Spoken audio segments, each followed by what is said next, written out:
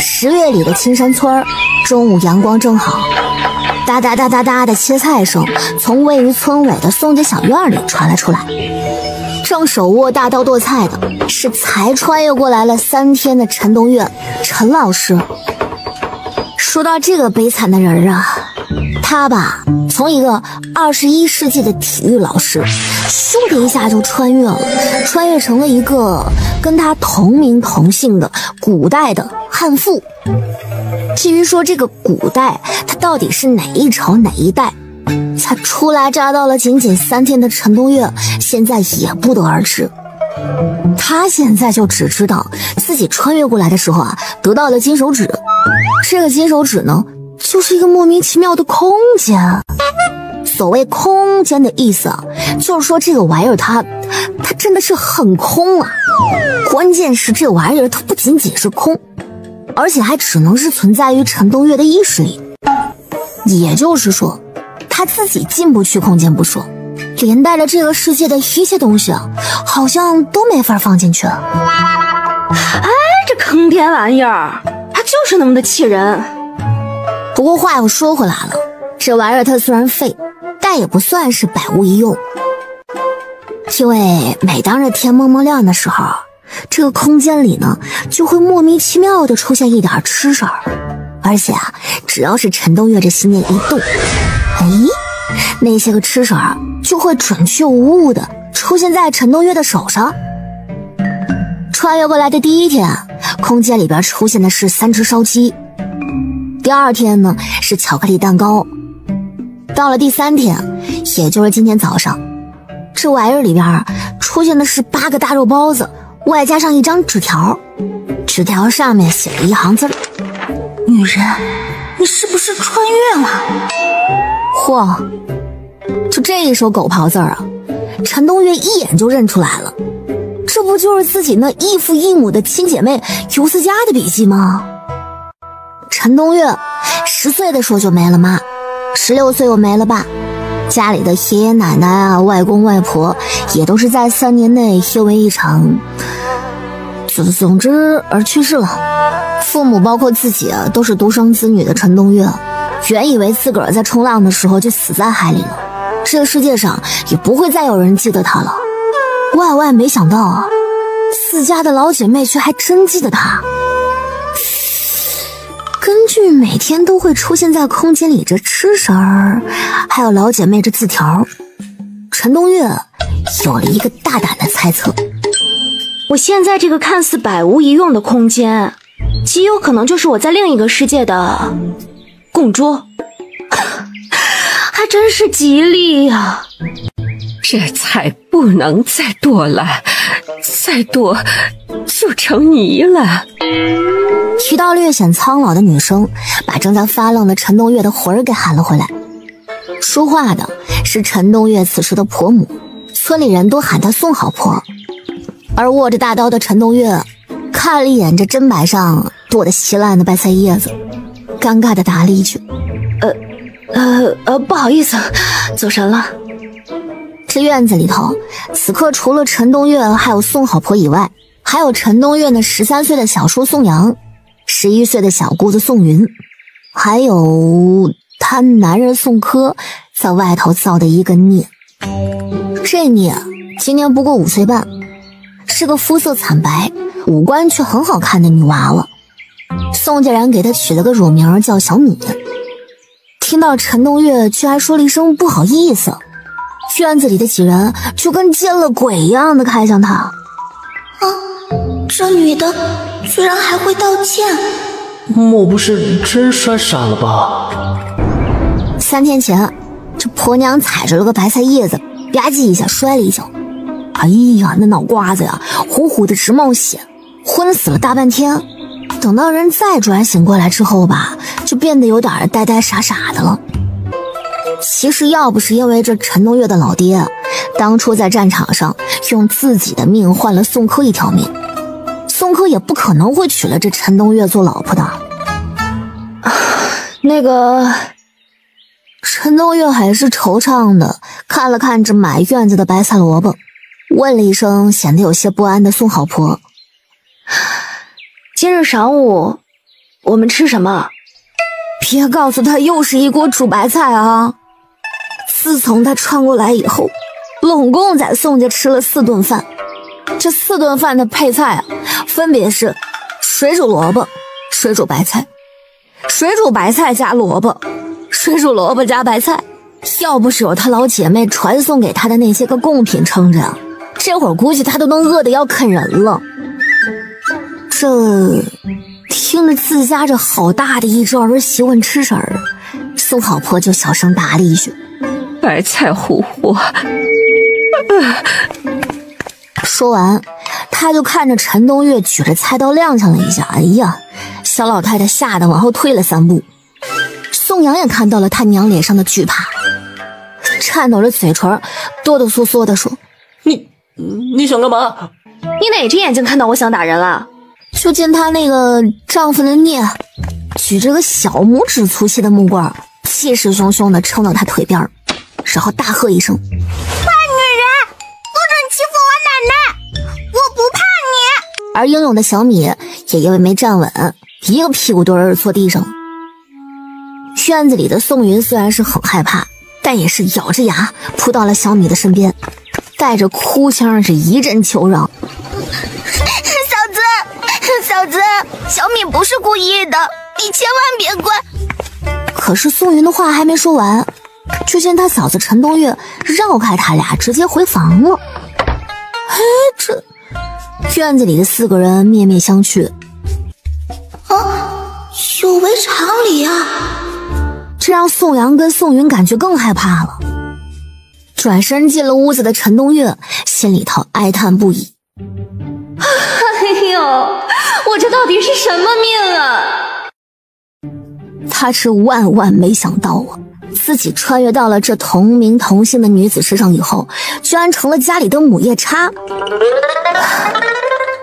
陈冬月看了看自己这略显突出的肚腩，还有粗壮的手臂，他也是能够理解院子里那几个老老小小的为什么会对自己如此的憎恶又忌惮。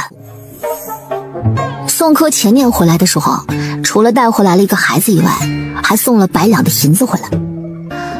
除了宋柯让族长正经的置办了10亩地，花去了50两之外，另外的50两早就被这个陈冬月给吃了个精光。今年这夏日里，宋家所在的南州府闹了一场洪灾，虽然宋家的房子没有被冲走，可是10亩地的收成全没了。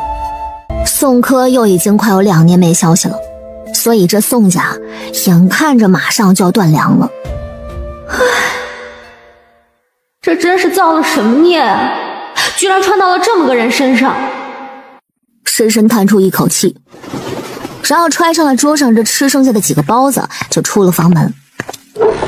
拿着包子的陈冬月才刚刚一踏出门，就感受到了几道灼灼的目光，他就全当自己没看着那射线一般锐利的眼神，径直走到了院子里的小方桌前，然后用袖子擦了擦这桌子上的灰，随便把包子往这桌上一放。包子，算是给你们加餐。这包子得有成年男子的拳头那么大，面皮雪雪白，底下还透着油亮亮的酱色，这一看就是肉馅儿的。宋阳是想问话来着，可是一张嘴，那不争气的口水就哗啦啦的直往嘴角流，搞得他只能是闭着嘴，赶紧用袖子擦了擦。一旁的宋云还有小米也没比宋阳好到哪儿去，俩人看着那个个都透着肉汤的白面包子，脑子里边只剩下俩字儿：吃它！关键嘴馋这个事儿，那真的是不能怪他们。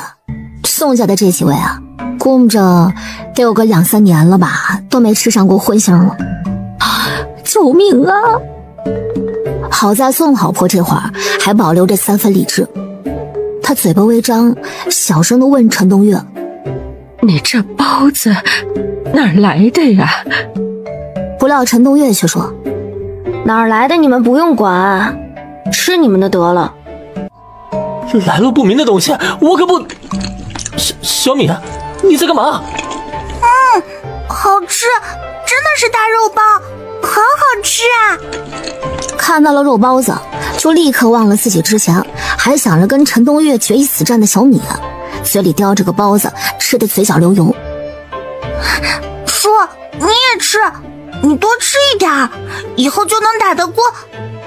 怕小米话多了招打，站在桌边上的宋云就直接把小米叼着那半个包子给他兑进嘴里去了。不好了，宋好婆，你家可是出了大事了。怎么了？走在头里的是宋家一个族老，名叫宋不凡。虽说是族老，但这宋不凡却只有30岁上下。这个人的岁数虽然不大，可是辈分却是极大的。侄媳妇，有个消息，你听了别急啊。说，您说。前头我去县城办事儿，县衙里头的师爷说，宋科他宋科如何了？宋好婆已经抖得简直要站不住了，却还是假装镇定的问话。哎呀，师爷说呀，宋科他们的骑兵营全军覆没，宋科没了，尸骨都没找回来。有好事儿的直接替宋不凡把这话给说全了。颤抖不已的宋好婆突然身体僵直，人直勾勾的就要往前拍去。还好陈东岳出手及时，一把就薅住了小老太太的领子，把人给揪回来了。宋阳跟宋云这会儿也没好到哪儿去，一个喊着不会的不会的，然后揪着自己的头发直往外跑，说是要去找师爷问清楚。另外一个呢，则是跌坐在地上，抱着还叼着半个肉包子，一脸茫然的小米，泣不成声。这宋家小院顿时就乱成了一团，还拎着婆母的陈东岳一时也撒不开手啊。于是他从桌上抓了2个包子，塞给了宋不凡。祖爷爷，麻烦您跟着宋阳跑一趟，别让他出事儿。宋不凡一看，嚯，白面的包子，眼都直了，连到了几声好，拔腿就追出去了。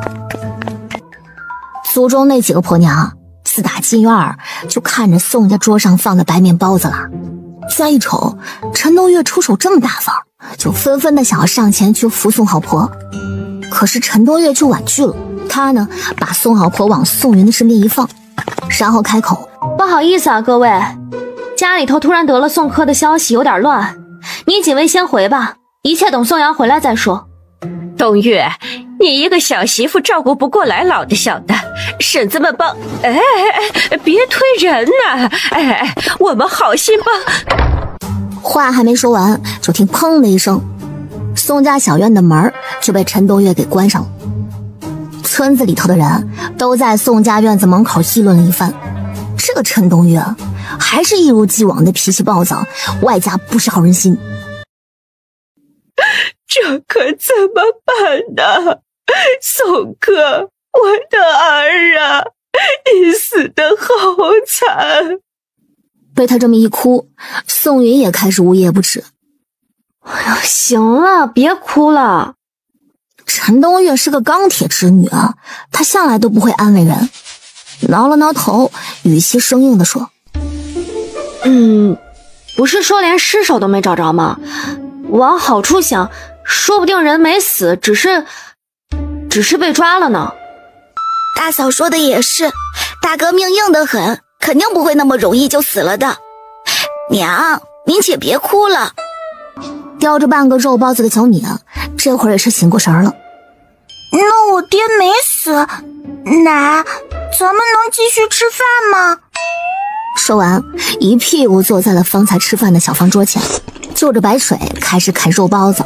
为了不让那母女俩继续哭哭啼啼的，只得是回道：放心，他命肯定硬，不然也娶不了我这样的女人。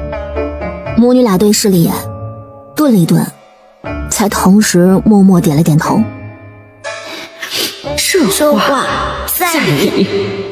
吃完了饭，宋家母女就心不在焉地开始干起家务，而那完全已经记不起来自己爹可能已经没了，又百无聊赖的小米，就拿着一个小木棍子在地上写着字儿。充当门卫的陈东岳看着小米写了10遍1、2、3、4之后，忍不住问：你是不是只会写这3个字啊？小米扩大鼻孔，冲着陈东岳哼哼了一声。哼，谁说的？我还会写4呢。哦，那你写一个我看。陈东岳一脸坏笑。写就写。小米说完，拿着手里这小木棍儿，在地上划了4道，然后冲着陈东岳说：“瞧，这不就是个4吗？”陈东岳憋着笑，竖起了大拇指。厉害呀，写的不错。接着写5。没错呀，陈东岳就是那恶毒的正房大老婆，一点都不想教小孩写字儿。正当陈东岳一脸坏笑地看着小米在地上划线的时候，就听外面有人敲门。宋好婆，你在家吗？哎，宋好婆答了一句，才想去开门，结果陈东岳却拦在门口，然后扯着嗓子回了一句：“不好意思啊，我娘不在家。”宋好婆歪着脑袋，一脸疑惑地看着陈东岳。哎呀，你男人那队人马都全军覆没了，他还能有个好啊？还真是，哎呦！正在这门外大声嚷嚷的是宋家隔壁的于家婆娘，忽然就见陈东岳拎了一把劈柴用的斧头出来了，着实是被吓了一大跳。门外的一群人就听着陈东岳甩着斧头道：“你们可都给我听好了，我今天说的这话可不仅仅是跟大嘴婆说的。我男人宋柯天生命硬，不是那么好死的。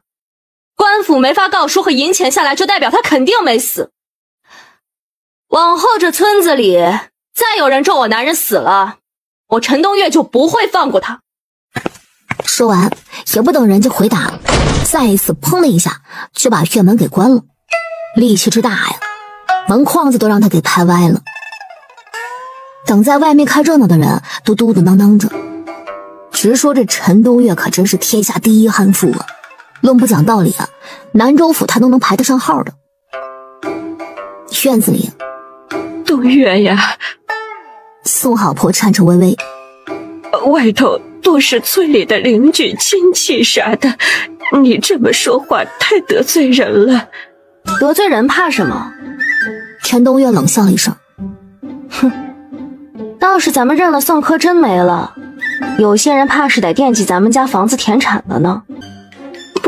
不会吧？宋好婆嘟囔一声。行了，不管族里的人到底是好是坏吧，你们全当是我小心眼就得了。反正咱们现在就认准一件事儿，只要官府没发文，那宋柯就是没死。谁敢把算盘打到我们头上来，咱们就去告官。好歹宋柯也有个百户的官身，比平头百姓告官总归要容易一些。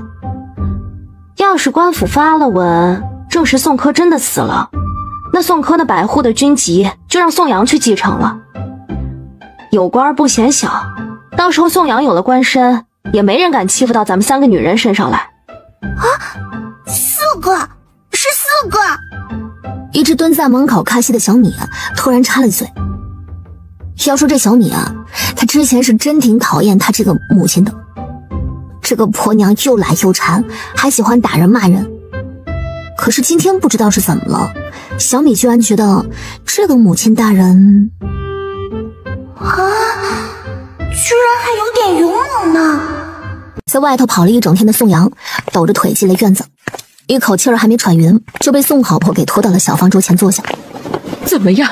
县衙里头怎么说的？宋好婆焦急地问了一声。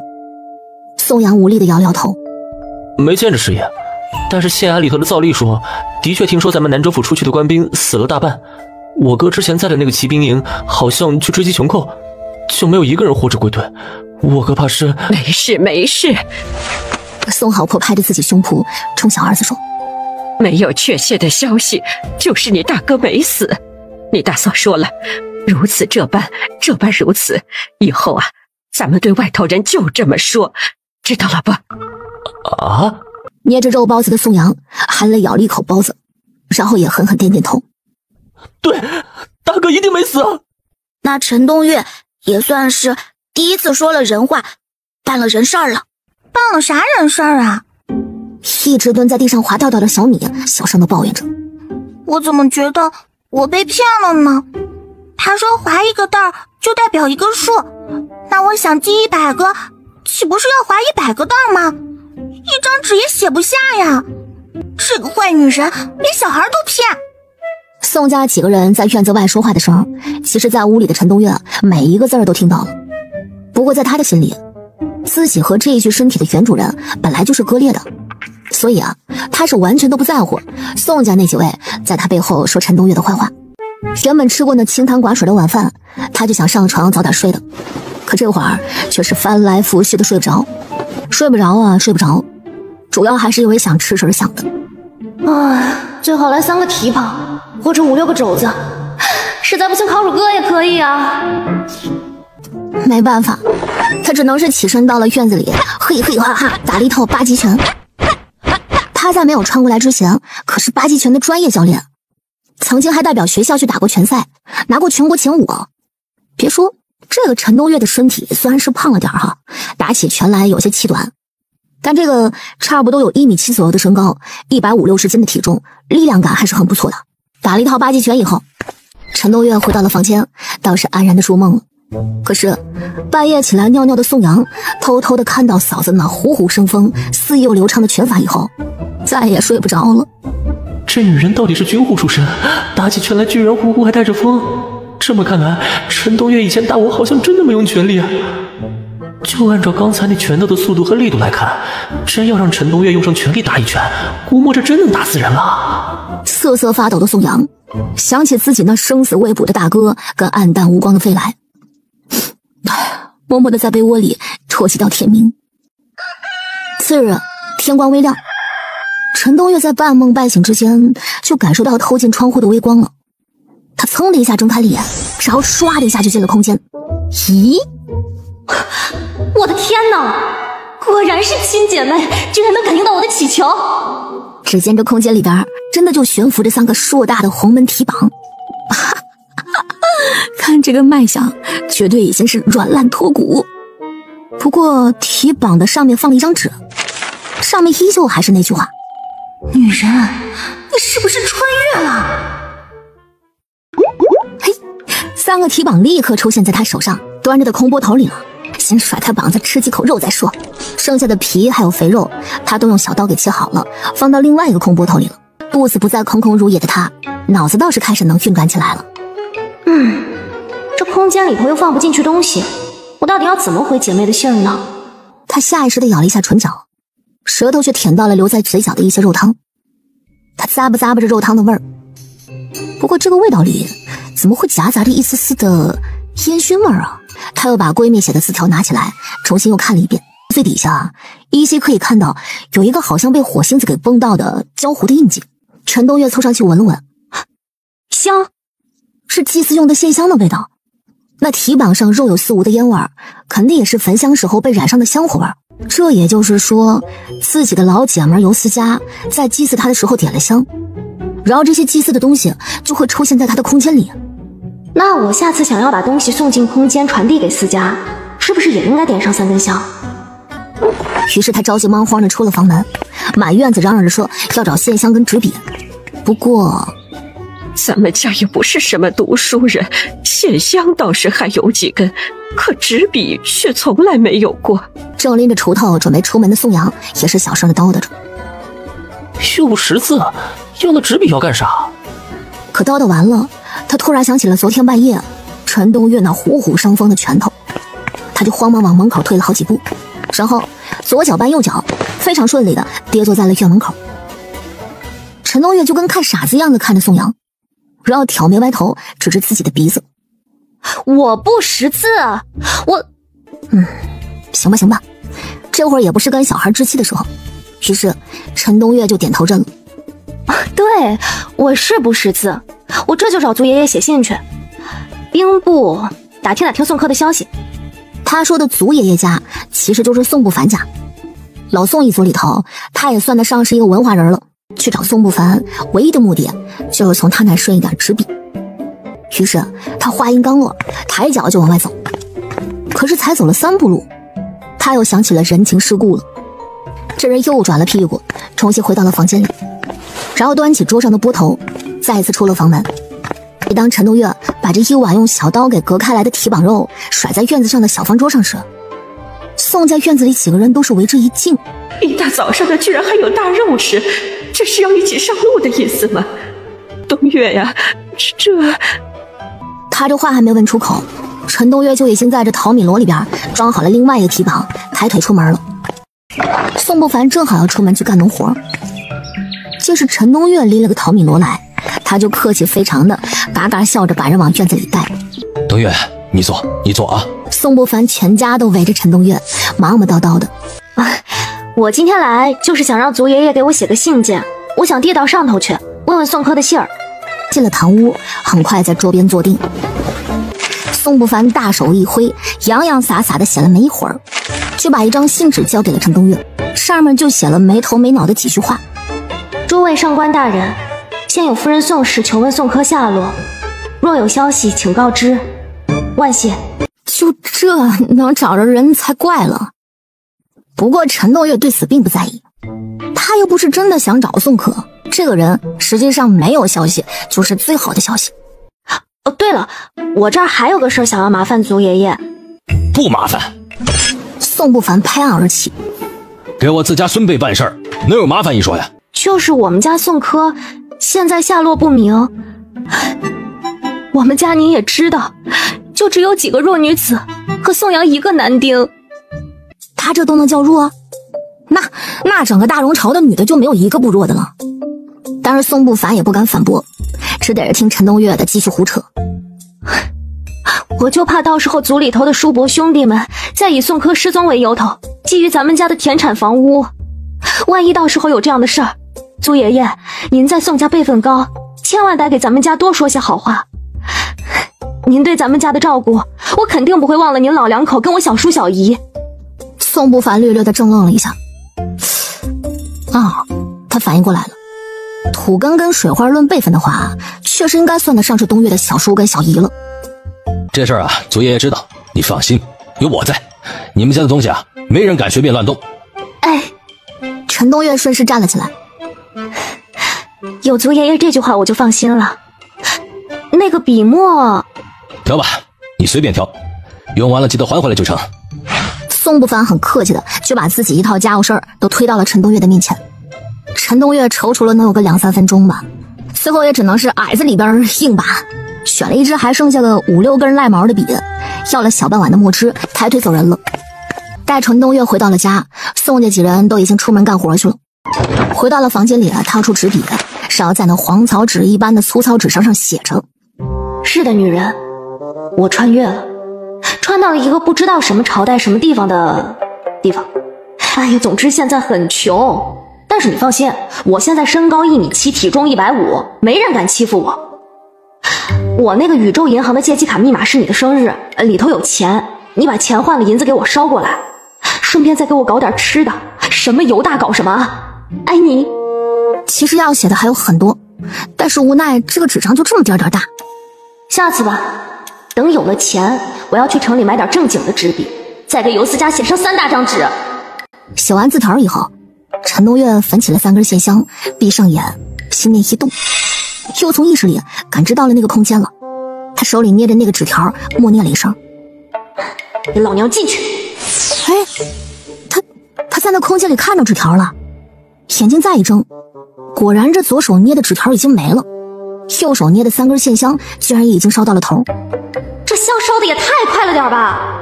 哎呀，把这心里头最要紧的事情给办完了。陈东岳又大赞了几声自己机智，这才出了房门。该说不说，现在这具身体的消化功能那真是1级棒。早上吃了那么多的肉，这屁股一挪又饿了。他准备等一会儿也上那宋家的10亩地去瞧瞧，到时候再给宋家3人组还有小米都带一点吃食去。于是他进了厨房，好一阵的腾挪翻找，拢共就找到了1小口袋的粗面跟半碗的咸菜。这贫穷版的麦饼，陈东岳一共烙了12张，已经馋疯了的他吃了2张，又灌了3碗水，好歹算是给自己勉强混了个半饱。就是那粗面粉还有油罐子被他给用了个精光。陈东岳就提着这个淘米箩，稀里糊涂的就到了宋科当初买的一片田地前。要说这片田地买的确实很不错，虽然这个土地不算是最肥沃的上等地，但是离河道不算太远，而且是成片成片的连在一起的。喂，小米，喊你奶还有叔叔小姨来吃饭了。原本正蹲在田里边帮着奶奶种白菜的小米略显茫然地站起身儿。当他看到远处那魁梧的身形以后，还不可置信地揉了揉自己的眼，小声嘟囔：啊，我这眼花的也太厉害了吧！小米，我做了好吃的芝麻麦饼，快来吃饭。又是一声深情的呼唤，打消了小米的疑虑。哇，母亲！我那身壮如牛、脑子突然坏了的母亲，嘿，我来了！奶、叔、姨，赶紧的，有饭吃了！说完，也不再管田地里的白菜了，着急忙慌的就朝着陈东岳的方向跑去。而此时的陈东岳心里却在默念着：天灵灵地灵灵，千万保佑我那老姐妹收到我的纸条，10两20两我不嫌少，100两1000两我不嫌多，千万让她记得把银子给我捎来啊！要不然这么多张嘴养起来难度还真的不小啊！与此同时，另一个时空，当他跨进门那一刻，就看到原本放在祭台上那3个提膀果然又不见了。此时在看着这空的祭台，已经头皮发麻的尤思佳忽然就发现祭台上居然多出了一张纸条，看了一眼扑哧一下就乐了，哼，就这狗爬一样的毛笔字儿，一看就是他那异父异母的亲姐妹陈东岳写的。当尤思佳看到第一句“是的，女人，我穿越了”的时候，她再也抑制不住自己的情绪了，抱着满是狗爬字的纸条嚎啕大哭。只要她还活着就好。当泪眼婆娑的尤思佳看着姐妹字条上写着生活困难食不果腹的时候，她就开始着急了。下楼骑上小电驴，一路风驰电掣就赶到银行。到了银行也不多耽搁，找了大堂经理，说是要买投资贵金属。今天咱们投资金条价格是435一克。其实我想买投资银条。银条？个人癖好。那他也不能说我老姐们穿越到那头去了，那年头花销大概都是用银子的。那行，银价的话今天是5.03元一克，您看您这里需要多少呀？给我来10斤吧。啊？哈，这倒是第一回听说买金银是按照斤论的。另外呢，再给我来50克金子吧。银条您就给我大大小小各种规格的都来一点，金条的话就20克和30克的就行，就是金条上不能有投资金条宇宙银行这样的字样。哈，怎么个事啊？咱们大宇宙银行还给你丢人了？这个可以。行，就这么定了，刷卡。可是那银行卡往这刷卡机上一拉，对方端着的笑脸立刻就僵住了。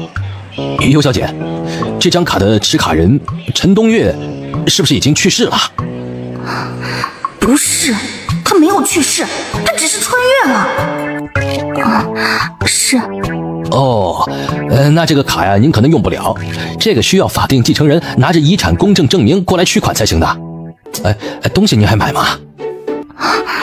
买，都要，不过分开刷啊，一部分刷微信，一部分刷支付宝，一部分刷京东。说好了包养老姐妹的，我尤思佳就算是穷死也得说到做到。于是在刷了3个支付软件以后，尤思佳是如愿以偿的从银行抱出来了10多斤的银条。但这还不算完呢，回家路上他要去炸鸡店团购了10只炸鸡，这玩意儿油应该够大了吧？这抱着一大包的金银财宝和一大包的炸鸡吭哧瘪肚跑回家的尤思佳，第一件事就是给老姐妹写了长达3页的信。这信里边除了表达他对姐妹的思念之情以外，还跟陈东岳交代了一下他那些个破遗产的没法用，这些钱我肯定得帮老姐妹取出来。这会儿他已经是端端正正的盘着腿坐在自己床上，意念一起就进了他那个意识空间。这怎么个事儿？这怎么可怎么都是一半一半的呢？这空间还没怎么用呢，这就坏了。10个炸鸡怎么全是半只的？银条倒也有一堆，可这玩意儿怎么也都是半根的呢？正当陈东岳疑惑不解的时候，空间里就突然飘起了一阵浓烟，把他吓一大跳。咋的了这是？怎么了？这玩意儿里头还能着火呢？这意识空间可是在我脑海里的呀，这玩意儿要是着火了，那我脑瓜子不就要烤熟了？可是还没等他想出来什么灭火的法子，空气里的浓烟唰的一下就散去了，而原本全部都只是一半的东西啊，这回倒是都完整了。这到底啥意思呀？哎，算了算了，不要在意这些细节。他又赶紧召唤出了空间里所有的东西，成了。心里多少有些激动的陈东岳，一手扯下了一只炸鸡的鸡腿，一手就打开了放在银条上的 A4 纸，万分期待地看了起来。另外的一个空间，被烟给熏得咳呛不止的尤思佳捂着口鼻就打开了陈东岳家的玻璃窗。他活到26岁啊，这第一次看到的物体啊，是可以一格一格的那么消失在自己面前。还好他脑子灵活，想着可能是因为点的香不够，才导致这传送卡壳的。果不其然，在点光了这整整的2把仙香以后，他总算是把这10只炸鸡还有10斤的金银给他老姐们捎过去了。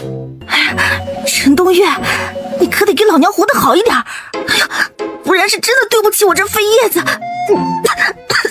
看完了尤思佳的信件，陈东岳的眉头皱的就跟那喀斯特地貌一样。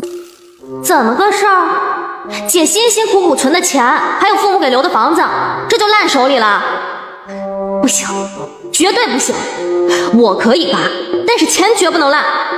陈东岳一边盘算着明天是不是应该去镇上买一点笔墨纸砚，然后一边就扯了个鸡腿子，下意识就往嘴里送。好吃。宋阳、吃媳妇儿，你们得赶紧的，准备准备。宋八弟带着族长他们正往你家走呢。族里的几个老人也都来了，我瞧那架势，肯定不只是为那牛角，你们心里有个数啊！我再给你们去探探口风去。来人正是宋不凡。说完了这事儿以后，宋不凡又着急忙慌地跑了。这可咋办呢？你嫂子掰断的那截牛角，你们捡回来了吗？在哪儿呢？一会儿不行，娘给那牛绑上，再给宋八弟他们道个歉。二哥，宋云焦急地扯着宋阳的袖子。一会儿要是族长他们说要田地房产之类的事儿，你可千万得硬气点儿，咱可不能让人给欺负了去啊！知道。不是，这牛就算是我们家的了。而已经完全没有办法理解这个世界运行法则的宋阳，看了看院子里正在啃他们家凳子的牛，就感觉脑瓜子晕乎乎的。而一脸懵圈的宋云张了张嘴，却是一句话也没说出来。宋好婆是已经放弃思考了，忙着跟小米去找干稻草。要是再放任这牛继续啃下去啊，他们家是什么凳子呀、桌子呀，估摸着1天都撑不住。钱都给了，契也签了，这可不就是咱们的了吗？我连名儿都给起好了。从今天起，这牛就叫宋德柱了。来，大家鼓掌欢迎一下德柱的加入。说完，他就带头鼓起了掌。只有宋阳看了看牛，又看了看陈东岳，眨巴眼问道：买牛的钱你哪来的？那可是30两。不是说了吗？陈东岳想都没想就说：我爹给我的嫁妆呀。你不是说自己没钱了吗？前几日还要抢小米的玉拍卖来着。嗨，那都是过去的事儿了，咱以后不提这个。我今天就跟你们老老实实交个底儿。我当年出嫁的时候，我家里头也给了点压箱底的银子，多是不多，也就50两，除开今天买牛的钱，还剩了差不多20两。哎，反正那20两银子是用来生活，还是用来做点小本买卖，咱们到时候再商量嘛。嫂子，你坐，我去给你倒水，一会儿再去水花家去借点醋面，让娘给你做野菜馍馍吃。我这就去把野菜汆个水，很快的。而跟在宋好婆身后的小米则是走到了陈东岳的面前，眨巴眼，张了几次嘴，可是始终叫不出一个娘字儿。他还没准备好。你干嘛朝我喷口气？恩将仇报熏死我呀！果然，小米瘪下嘴了。你还是你！哎，你等等，粮食不用进。他冲着宋云喊了一句，随后转身进了自己的屋。不多久，这人就从屋子里捧出了满满2波头的炸鸡，放在了院子里的小方桌上。宋家几个人的反应相当的一致。啊！哈，就连宋德柱都没落下。陈东岳在心里头默默念叨了一声，然后就等着手里这破抹布进入空间。可是他等了大概能有个2-3分钟吧，空间里却依然是空空如也。啊，怎么个事儿？是语气不对吗？陈东岳又在脑海里边轻声细语地说：“请进去吧。”完了，这空间里依然是啥都没有。于是他又站了起来，不行，那蹲下还是不行，趴着呢不行，倒立也不行。完了，我完犊子了！这空间我不是坏了吧？毁灭吧！就这破灭我不想要了，谁爱活谁活吧。正当陈东岳想掐了线香，躺在床上摆烂的时候，就听到远远的传来了轰隆一声响。等他着急忙慌的穿好了鞋，跑到院子里的时候，除了睡死了就醒不了的小米之外，其他的几个人都已经到了院子里了。只见这院子中间站着本来应该在后院鸡棚里待的宋德柱，而宋德柱那个大嘴此时还在左右的蠕动，不知道这货在吃啥呢。等到陈东岳牵着宋德柱走到后院的时候，果然就看着后院的半拉鸡棚塌了。手握宋德柱另外一个牛角的宋阳见着陈东岳来了，皱着眉说：“这牛也真是的，啥都啃。他把用来固定鸡棚的稻草绳都啃完了，这鸡棚自然就塌了。现在好了，鸡棚也没了，牛角也掉了。这谁家牛没有角啊？买牛咱也得挑个好的，怎么就买了这么一头呢？”嘿，陈东岳反手就是个大逼兜子打在了宋德柱脑瓜子上。你们老宋家到底有没有个好人了？怎么连你都那么嘴欠？说的是我吗？我这挨的是哪门子打呀？这鸡棚本就不牢固了，塌了就塌了，改天再搭一个就行了，不是什么大事儿。他看了看这后院，实在是没有地方能拴牛，于是就牵着牛又绕到了前院，抱来了一块宋好婆压咸菜用的大石头拴上它。哎呀，宋德柱呀，宋德柱啊，值得一个空空荡荡的大院子。这破牛今天如果能把这30-40斤的石头给啃了，那他也算是一个狠角色了。陈东岳明儿就叫他一声大哥。处理完了这牛事儿，再一次回到房间里的陈东岳又瞥了眼着桌子上放的那张写了字的破布条，不甘心的他心里在想，要不然再试试吧，说不定刚才是因为时辰不对呢。于是想到就要去做的陈东岳立刻救了烛火，再次点燃了这烧了一半的线香，捏起桌上的布条，就尝试着把这布条给引导进空间里去。可惜啊，在他尝试了单腿跳、双腿跳跑进院子里狂奔，吓得秃牛的差点扯了大石板离家出走等等的，就一系列好像鬼上身一般的操作以后，那个破布条子呀依然是没有进空间。很好，非常好。万念俱灭的陈东岳当即就做了个决定，明天他就去把身上这100多两的银子全给花个精光。这日子我还真不过了。而另一头，哎，小姑娘啊，你买这么多香，这是要祭拜多少人啊？给我姐妹烧的，我对她爱得很深沉。看出来了。店主虽然是不太相信，但是也不打算再多问。小姑娘，你这个用火可千万注意啊！虽然香火只星星点点，但也是明火，千万不能大意啊！经过店主这么一提醒，邱思佳突然就想到了，是啊，他要给陈东岳的东西这么多，烧的香肯定是不少。邱思佳觉得自己给陈东岳设置供桌，确实应该换一个位置。于是，在跟香火店的老板道了谢以后，着急忙慌的回了陈东岳家，然后就把这要烧的东西全部都搬进了厨房里。随后他直接把这供桌的4个腿给拧下来，把供桌的台面一整个的放在了灶台上。灶台上有油烟机，这样以后哪怕是大把大把的烧香，这个烟就可以通过烟道跑到外面去了。为自己这智慧深深折服的尤思佳，在搬完了供桌以后，就赶紧点了一大把的香，然后又打开了油烟机，再把卫生棉之类的要紧东西先放到了供桌上。随后油烟机就轰轰轰的工作，一缕缕的烟气果然被抽得干干净净的。不错不错，尤思佳对于这个油烟机的工作效率还是满意。可是，在一大把的香都燃烧完了以后，他发现供桌上的卫生棉一包都没烧。什么玩意儿啊？尤思佳皱眉不已。难道这烟还不能抽掉，非得熏得满屋子都是才行？于是他又点上了一把香，这回他没开油烟机了，那烟呢实在是太大了。尤思佳只能是关起了厨房的门，然后自己躲在了外面的客厅里。等到厨房的烟雾都渐渐消散，他再打开门一瞧，咋回事啊？这卫生棉居然还在那儿！不要崩溃，尤思佳给自己打气，没道理下午可以，现在就不行的，肯定是香烧少了。这回他直接点燃了2把香，插进了供桌前的香炉里。10分钟之后，伴随着一阵呜哇呜哇的消防车的声音，好吗？陈东岳的房门被敲响。里面有人吗？再问一遍，里面有人吗？没有人，我们要破门了。女士，我们接到报警，说你这里有大量烟雾，你家是不是失火了？穿戴整齐的消防员用脚抵住门。小姑娘，你在干嘛呀？你要寻死可不要连累我们呢！你纵火，我们整个小区都要跟着你倒霉的哟！不是，我没有纵火，我就是在祭拜我的朋友，他前几天刚出了事故。消防员趁着几个人说话的空档进了屋子检查，尤思佳立刻也跟了上去。哎呦，原来是你搞的动静啊！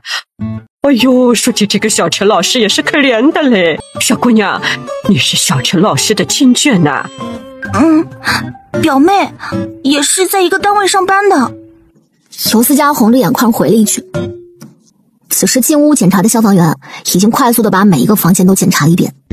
小姑娘，你的沉痛心情我们可以理解，但是祭拜也得注意用火安全。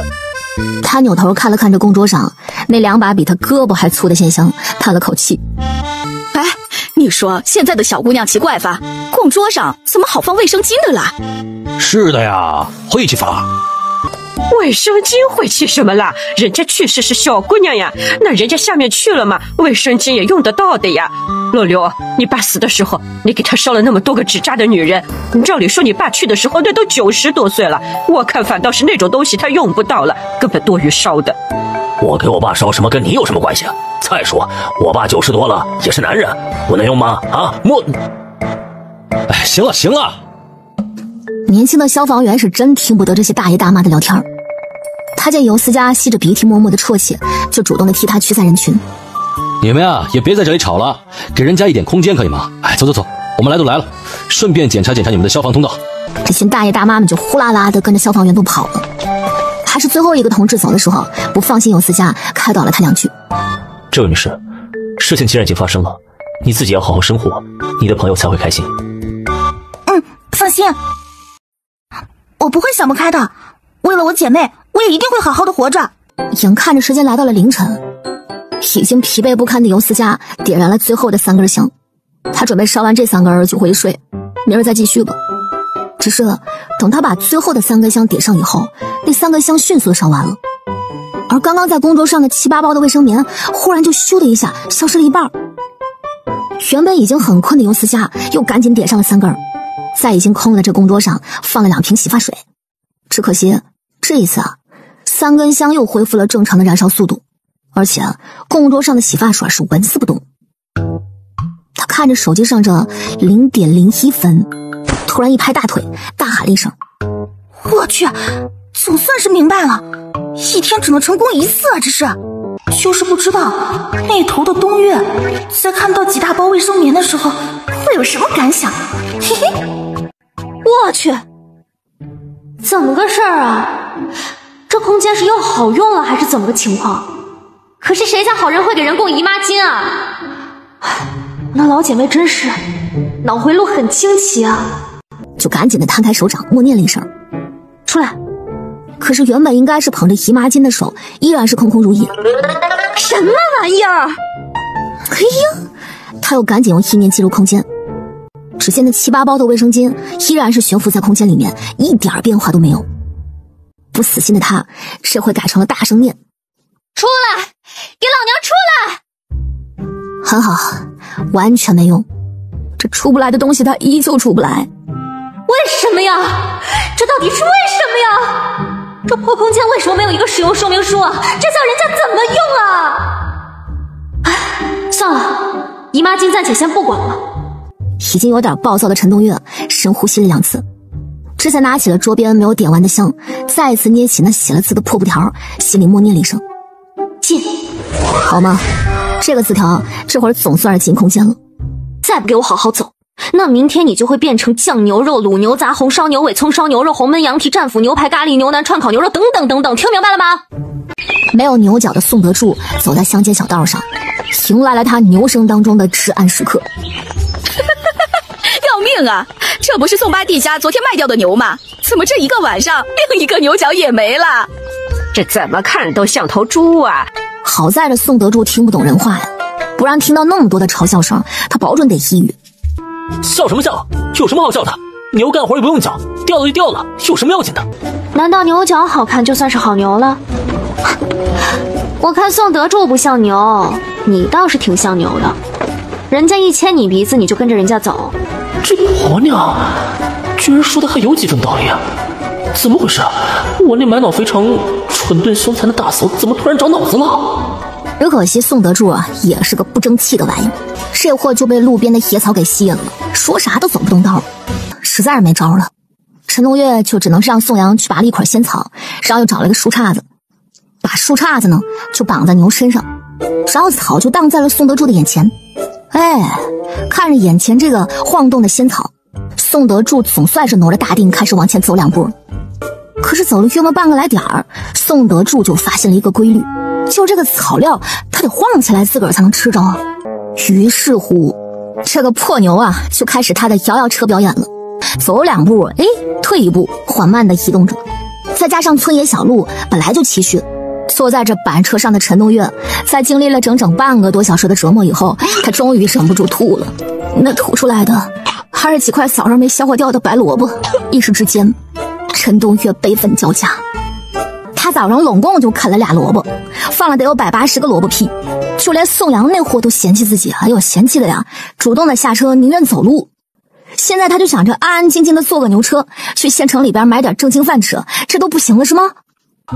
越想越气的陈东岳蹭蹭蹭的几步跑到了宋德柱前边，二话不说照着牛脸就是2个大逼兜子。能不能好好走了？能不能？又气又饿又泛酸水的陈东岳这一声怒吼，直接惊飞了边上树林里的一群鸟。宋德柱就瞪着俩牛眼，眼神闪烁，一张牛脸上居然还出现了惊诧跟委屈巴拉的表情。吓死个人了，也吓死个牛啊！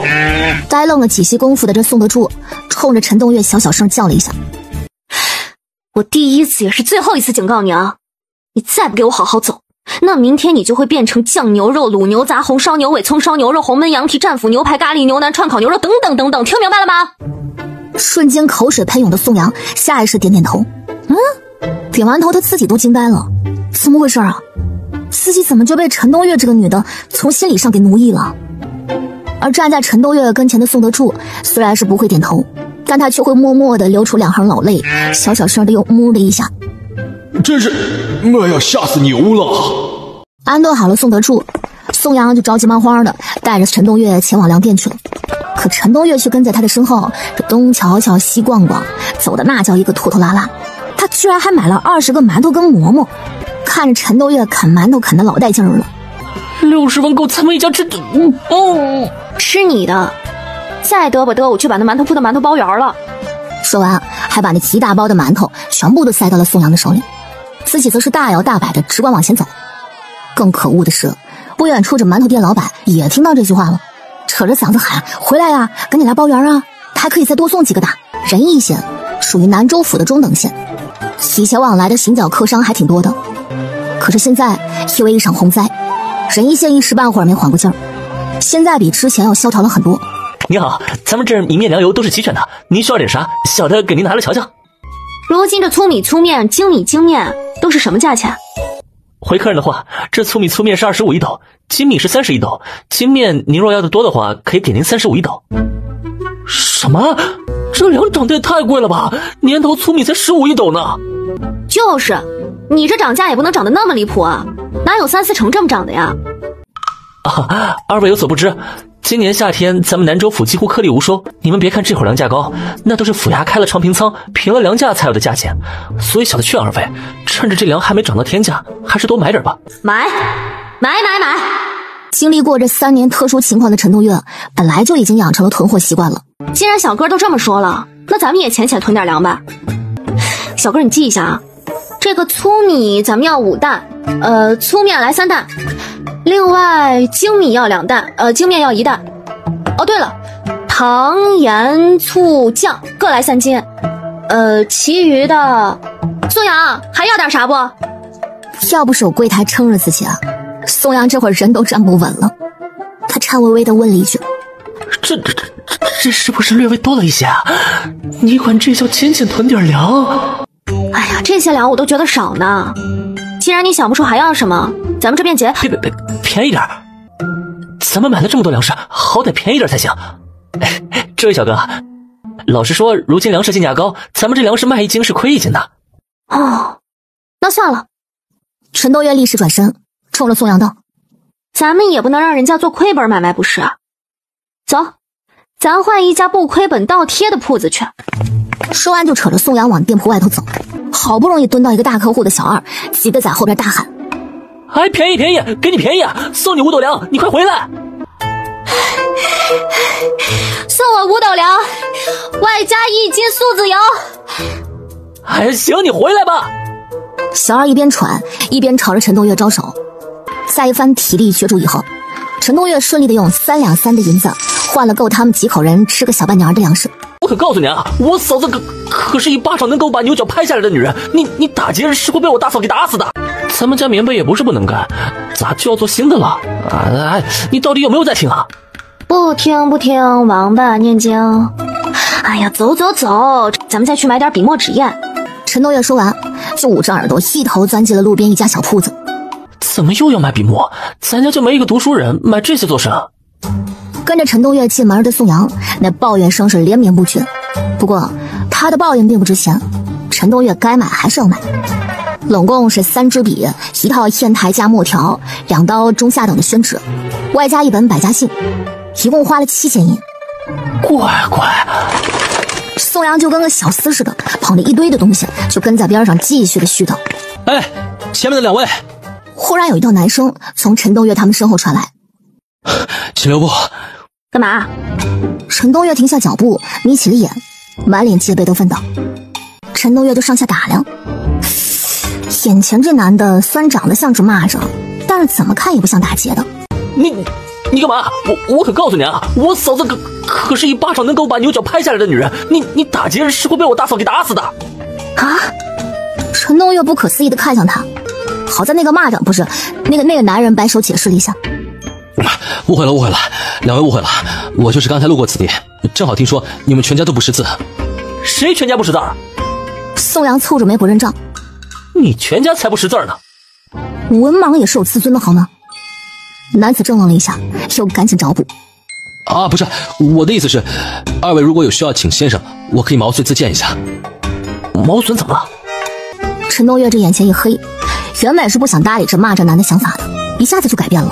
你考过学？有过功名吗？如果有功名，我也不会混得如此落魄了。这位女壮士，喊谁女壮士呢？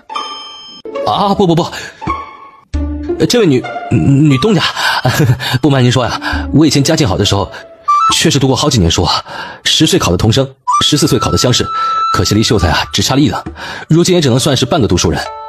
所以我就想问问，2位家中缺先生吗？不缺。宋阳立刻拒绝。你怎么说，叔兄？看着给就行。半个秀才含糊道。哦，那算了，我不要。说完，冲着一旁的宋阳使个眼色，2人抬步就要走。哎，半个秀才赶忙喊：“只要包吃包住，晚上给个油灯，另外每月再给3斗粮，让我能养活我娘就行。如今世道艰难，我也只是想再专心读几年书试试。啊，对了，女东家如若不信，可以去我家瞧瞧，我家呀就在前头巷子里。另外我叫李一鸣，参加的童生试和县试、县衙里头呀都有记录，他们管户籍文案的文吏还是我以前的同窗，咱们现在就能去查看的。那就先去查岛。如果你说的是真的，那我便请了你给我们家小米和我小叔做西席。对了，你还得教我写字。哦，1年时间。你们3个要是能听说读写满1000个字，那我就奖励你们再多学1000字。回到院子里的陈东岳一刻也不多耽误，指挥着还一脸懵圈的宋阳等人赶紧把粮食先堆到房里去，连带着小米都在那费劲巴拉的那个小袋子的杂粮等物吭哧的直往着屋里搬。东岳呀，我们一个庄户人家真的有必要请一个教书先生放在家里养吗？是啊，嫂子，就算是咱们乡里的财主，也没有请了先生上门教学的。这我吃的很少的，而且杂活我也能干。累了一天的陈东岳此时也不打算多讨论，李秀才是我请的，吃喝开销都由我负责，你们不用管。另外，记住，咱们对外头人说起来，李秀才就是咱们宋家的远房表亲，来咱们这儿也是为了安静温书，教你们认字只是顺便。以后每日，小米、宋阳还有宋元，你们3人早点起来，跟着李秀才念书识字。咱们定下一个小目标，1年时间，你们3个要是能听说读写满1000个字，那我就奖励你们再多学1000字。什么啊？学满1000字，再奖励多学1000字，这不是惩罚吗？再说，比起识字，我更想学功夫。喊什么呀？不好好学识字，你难道真的准备滑道滑一辈子？学功夫这事儿你也不用急，等你体格子壮实些了，跟着我练就行了。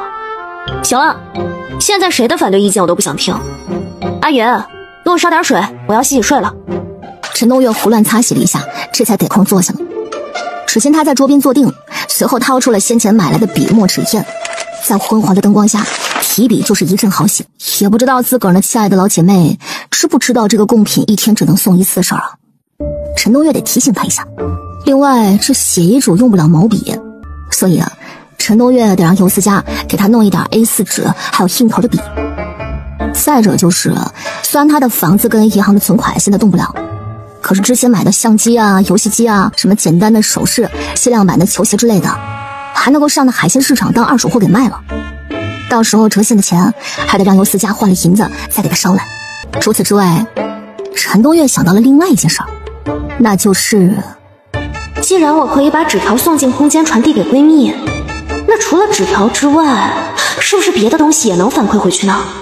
哎呀，心里急得直骂娘的陈东岳又跑到院子里边呼呼哈嘿打了2套拳，然后又回到了房里。巧了不是，正要去茅房的李秀才跟带路的宋阳正好就瞅见这一幕了。看到了吗？以后有什么事儿别跟他对着干，得靠智取啊，毕竟他这拳头咱真顶不住啊。没想到啊，女东家这拳打的看着能有20多年的功力在啊。哎，走吧走吧，这天怎么突然就这么冷了？当回到房间里的陈东岳再一次点燃香火，进入空间的时候，又多了好多的各种的物资。嚯，连带着擦屁股的纸还有洗脸巾，老姐妹都给他安排上了。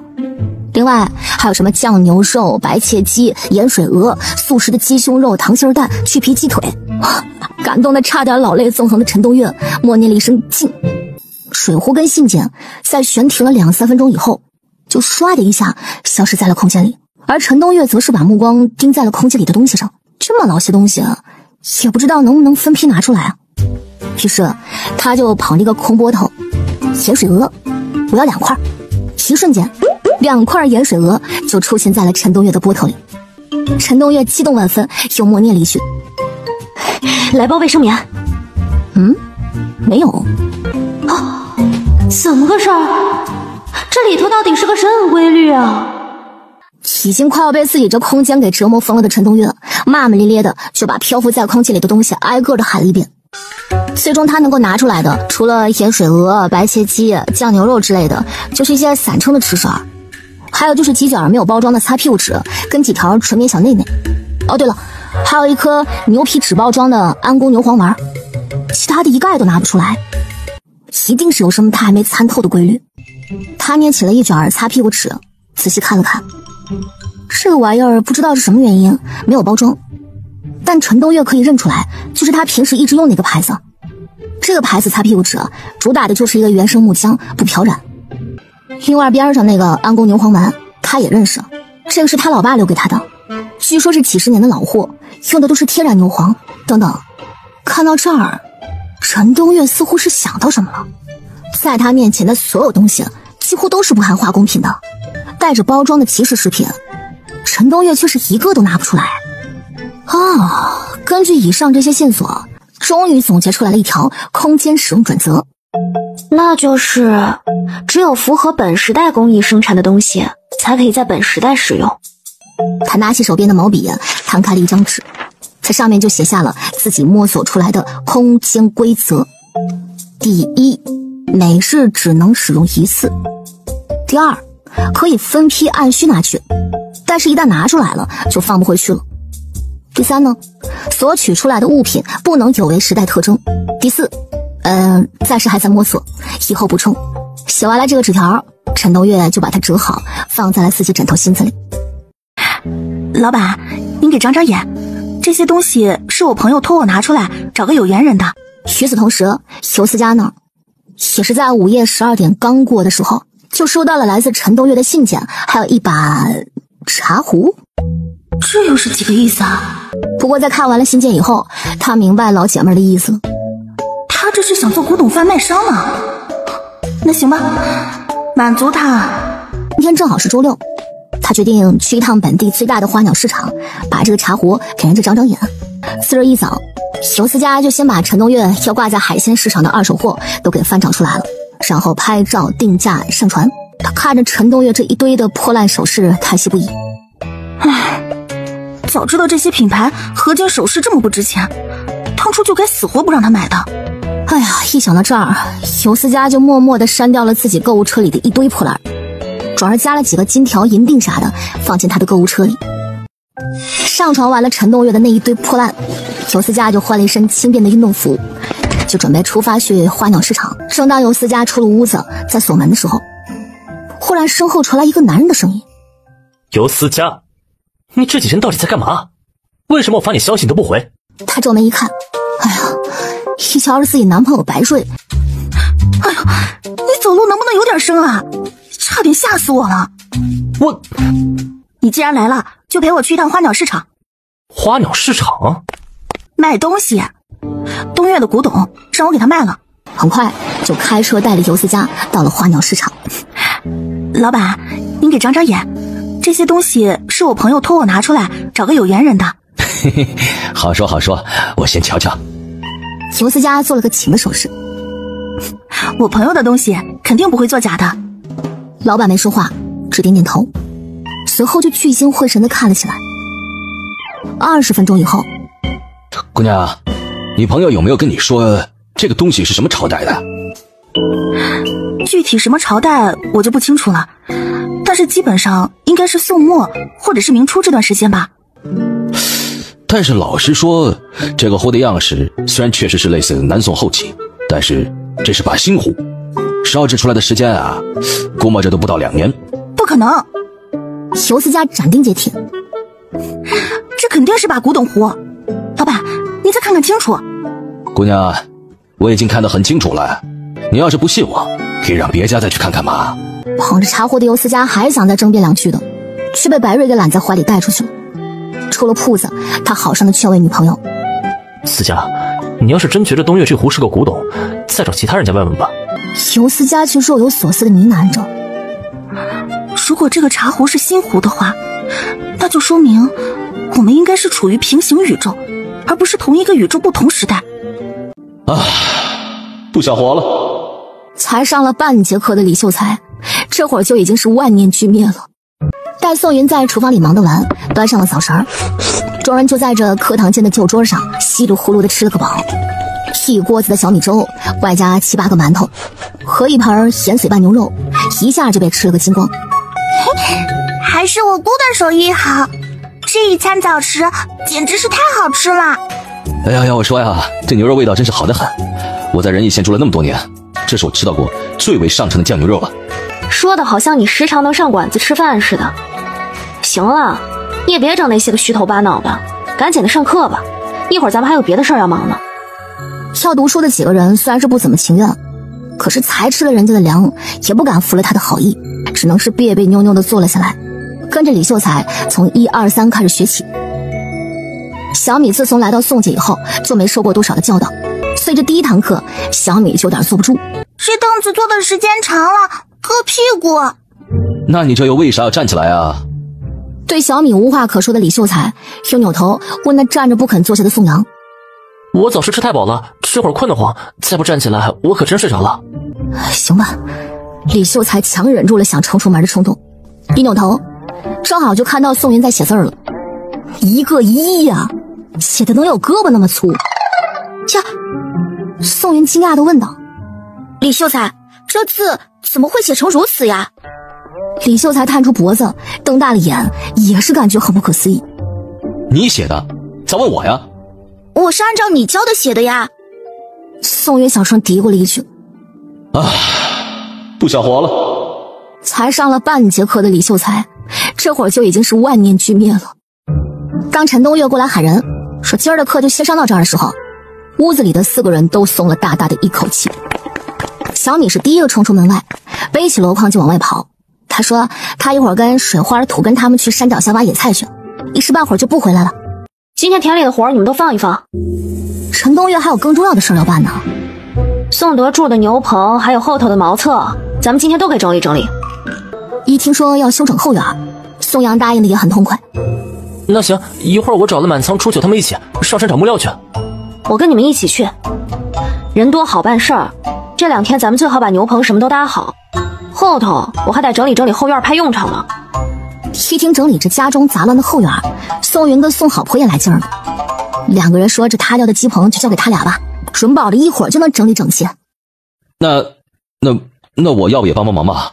好啊，你就赶牛车，一会儿咱们上山弄木材啊，你就在山脚下放牛，让宋德柱吃饱点。对了，带上镰刀，趁着山上草木还没枯，多割点草料，到时候晾晒干了，给宋德柱留着冬天吃。原本就只是客气一下的李秀才，心里是懊恼万分。这张嘴呀，恨不能伸手抽自己2下。不过嘴上也只能是怯懦的回了一声。好的，女东家。几人都分完了任务，就各自去忙碌了。喂，你嫂子怎么也在啊？她在，我有点不敢。要不你让初九陪你干活吧，我先走了。你咋不留？叫我留，我也怕这婆娘，打又打不过，骂又骂不过。宋阳，你自己慢慢干吧，我也先走了。哎，我大嫂好了，她正常了，她不疯了。此时这山脚下蹲着不少挖野菜的人，其中还有小米跟土根、水花几个孩子。看着自家那撅着腚大喊的叔叔，小米冲着边上孩子耸了耸肩。一个换一个，一个不疯，一个疯了。小孩跟几个年轻的媳妇儿都被小米给逗得嘎嘎直笑。而此时听到宋阳在大声嚷嚷的陈东岳也走到了宋阳边上。你的哥们儿好像有点嫌弃你啊，你这人缘不太好啊。无语的宋阳面无表情地看向了陈东岳。这还是我的错吗？算了算了，陈东岳还安慰他，他们不愿帮忙也没事儿，大不了我多干些。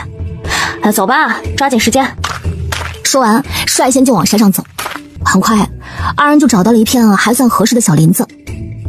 陈东岳甩了甩肩膀，做了做准备活动，随后抡起斧头就朝着目标的树木砍了下去。2斧头下去，树已经有了歪倒的趋势了。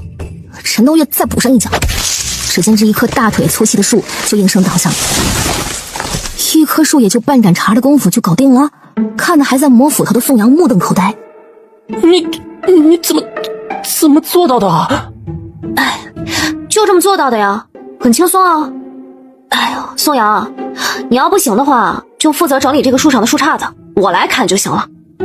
砍树这个事儿得花不少的力气。陈东岳感觉这个应该是属于力量训练跟有氧运动的结合吧。他这会儿是要减脂塑形，所以完全不在意多做一点运动。咋了不行啊？然后就梗着脖子说自己就想砍树，而且可以砍很多的。行吧，陈东岳也不想跟他多费口舌，爱砍砍呗，想砍多少砍多少，这会儿也没有农林局的管着这些事儿了。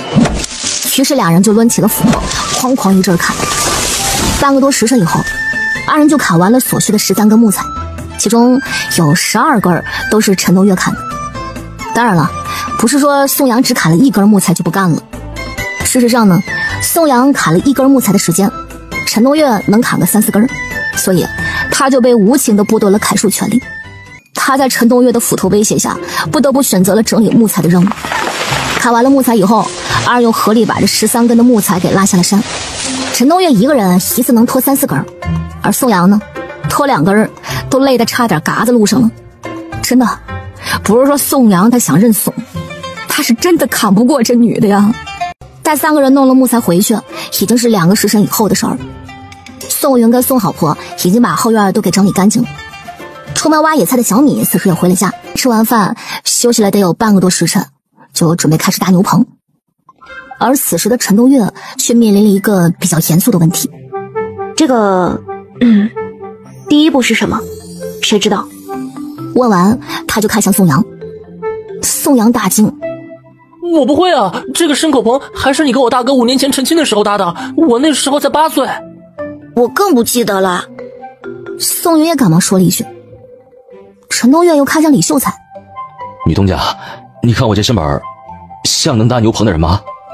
李秀才伸出了颤抖的胳膊：“老实说呀，早上割茅草我都已经力竭了，这辈子我就没干过这么重的体力活。”那你还是得再多练练才行，不然以后考科举非嘎在考棚里不可。不过现在可怎么收场？正当陈东岳在这发愁怎么搭牛棚的时候，就听到前院有人敲门。小米就哒哒哒的跑过去开门一瞧，来人居然是宋不凡和他们村子里的守村人六子。东岳啊！宋不凡领着人走到后院，见着陈东岳满脸的笑。我听水花说你们下午要起个牛棚，就想过来帮帮忙。我瞧六子在咱们祠堂门口闲坐着，便也喊了他一起来帮忙，你们不介意吧？六子姓宋，也算是宋阳他们的族亲。这人是3岁死了爹，6岁死了娘，自己又是打小就不会说话，平日里都是靠佃的2亩薄田和族里的一些阶级过活。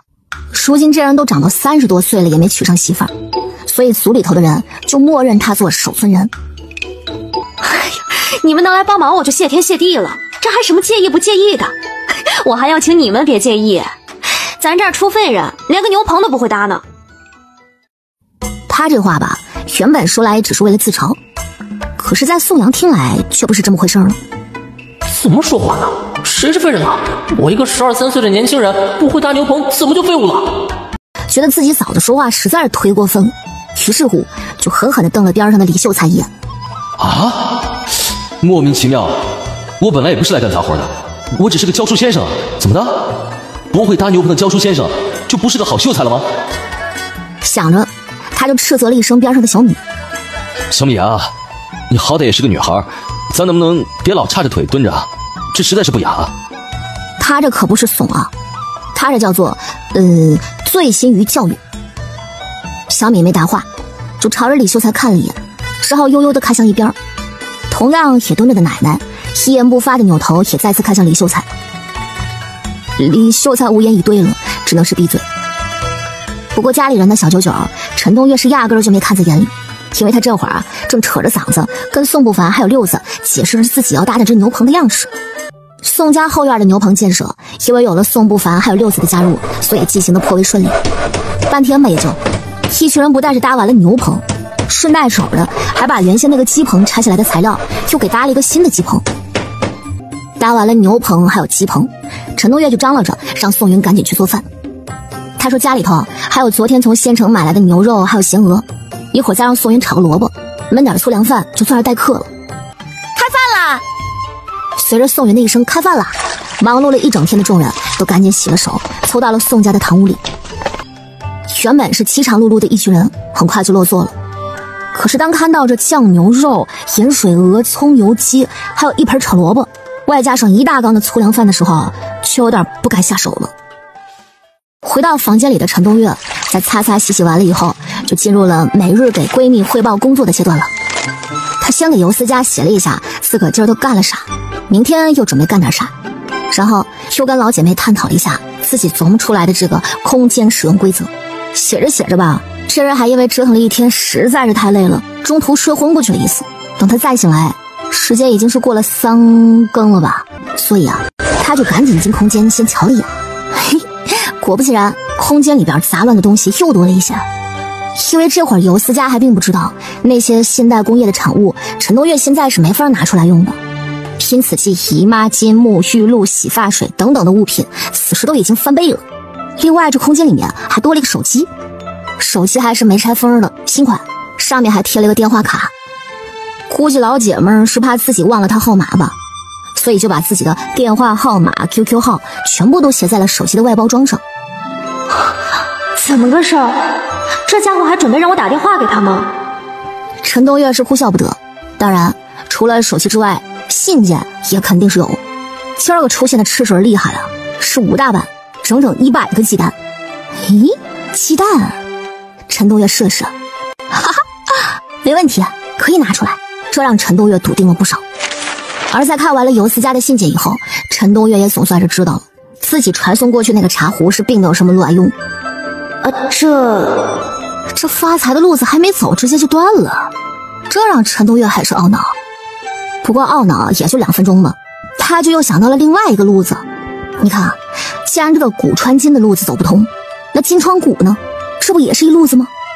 到时候只要尤思佳把现代的东西烧给陈东岳，陈东岳呢在这儿又卖了换钱，然后呢再收购一些现代比较少见但是在这个年代又很常见的东西给尤思佳，老姐妹达成双赢也不是不可以实现的。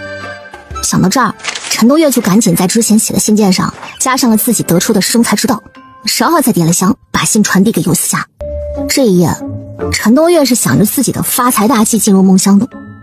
到了次日一早，他就早早起床，然后宣布说自己要去一趟县城。陈东岳很疑惑，自己啥也没问，这老板怎么这么快就把商业机密告诉他了？都快5时，陈东岳才赶到了县城。原本在买完了一大坨的这住废镖以后，他打算再去市集溜达一圈，可是一路上雪花越来越大，他此时又冷又饿的，只能先找个面摊儿，要了2两汤炊饼，准备垫垫饥再走。仁义县这天气还不算冷，南州府好多地方这会儿河道都开始冰封了。哎呦，今日南州府呀，夏日发了大水，冬天又冷得这么早，莫不是今年又要跟20年前似的，连着闹灾呀？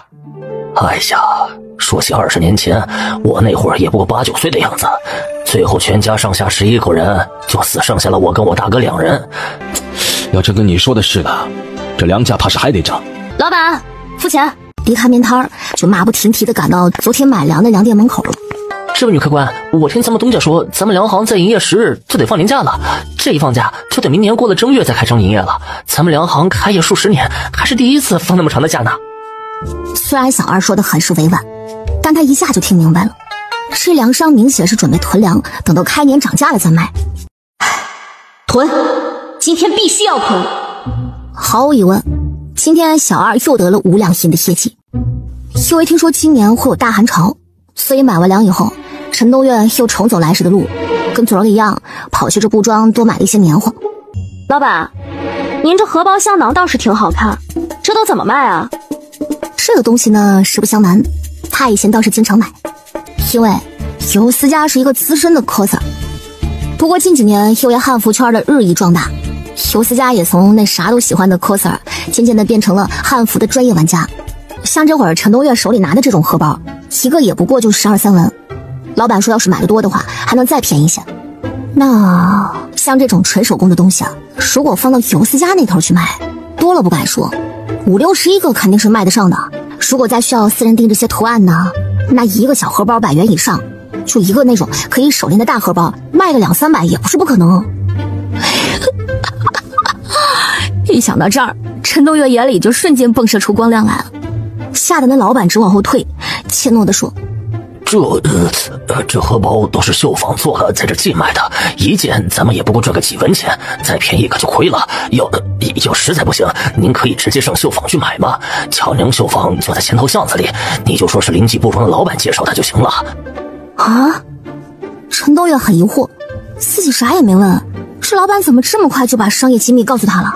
可人家老板想的却是，眼前这个女人拳头比碗都大，胳膊看着能生起一头老虎。刚才他那眼睛一瞪，瞅着像是要砸他店似的。一个荷包我才赚2、3文，这几个破铜板我不赚也罢，命更重要啊！您看看咱们这儿的东西，虽然比不得府城的精美，但绣的宝相花、并蒂莲、荷花、葫芦之类的花样，也都是从府城拿来的。虽然陈东岳他不懂绣花，可是新老板拿出来的这个荷包香囊还有烙子，确实都非常的精巧。他问了一下价格，得知普通款式的荷包香囊基本上都只要10来文一个以后，就要了20样品，说要是卖得好，下回还来这拿。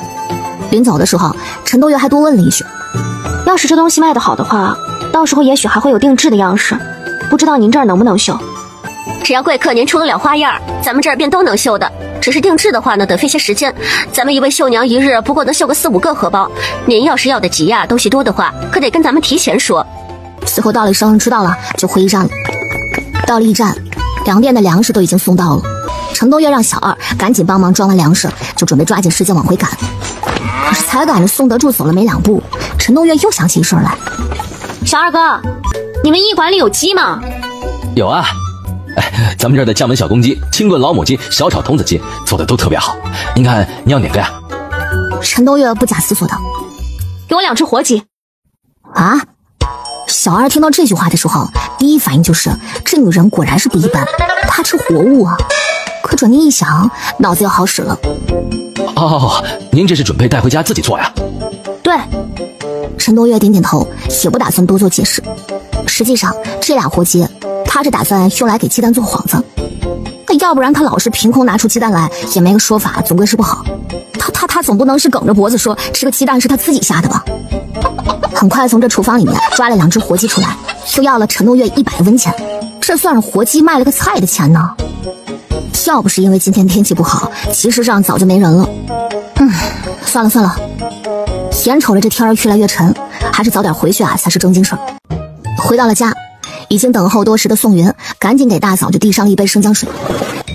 东岳呀，怎么又买那么多粮啊？怎么还买了鸡呀？这大冬天的养鸡也不下蛋呢，这不纯浪费粮食吗？哦，卖这鸡的人说，这鸡是从宁古塔来的，不怕冷，越是冬天他们下的蛋越多。宁古塔又是个啥地方？陈东岳呵呵的还笑2声。这会儿不就见识到了吗？说完，他从人牛车上把鸡给抱下来，看似喃喃自语着：“小鸡儿们，以后啊，你们就是老宋家的成员了。你鸡冠子大的就叫宋志明，你鸡冠子小的就叫宋春娇。嫂子，那鸡冠子大的鸡，或许能不能是只公鸡呢？不能够，卖鸡的说了，这鸡就是女生男相，它就是只母鸡。不信明天早上看它下不下蛋就知道了。至于为啥不说这是一公跟一母，很简单，想要多吃蛋呢。片刻以后，看着满满当当着半屋子的粮食，宋好婆颤抖着双唇，又问了一次：“东岳呀，咱们买了那么多的粮和棉花，是不是就没余钱了呀？”趁着李秀才和小米都不在，我就跟你们交个底，这钱并不是我出的，而是另有来路。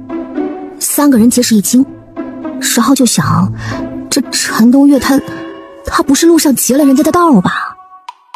之前我不是让祖爷爷给写了封信，送去了上头问宋科的消息吗？铁蛋有消息了。你们不要急，先听我把话说完。陈东岳眼见着小老太太的手有些发抖，就搀着她在床边坐下，才继续说：“今日我去上头问过了，虽然没问到宋科的消息，但是人家给了我20两银子，说是宋科的份例。县城里头如今都在说，今年冷得早，冬粮怕是要不好，明年粮价估摸着还得涨，所以我就自己做主，花了5、6两银子，多囤了点粮食。反正事儿就是这么个事儿，你们知道这钱哪儿来的就行。上头说了，宋科的事儿事关机密，让咱们别到处往外说，不然容易穿帮。”送走了宋家这几个人以后，他赶紧搞了一下个人卫生，换了衣裳裤袜，10号定心进了空间。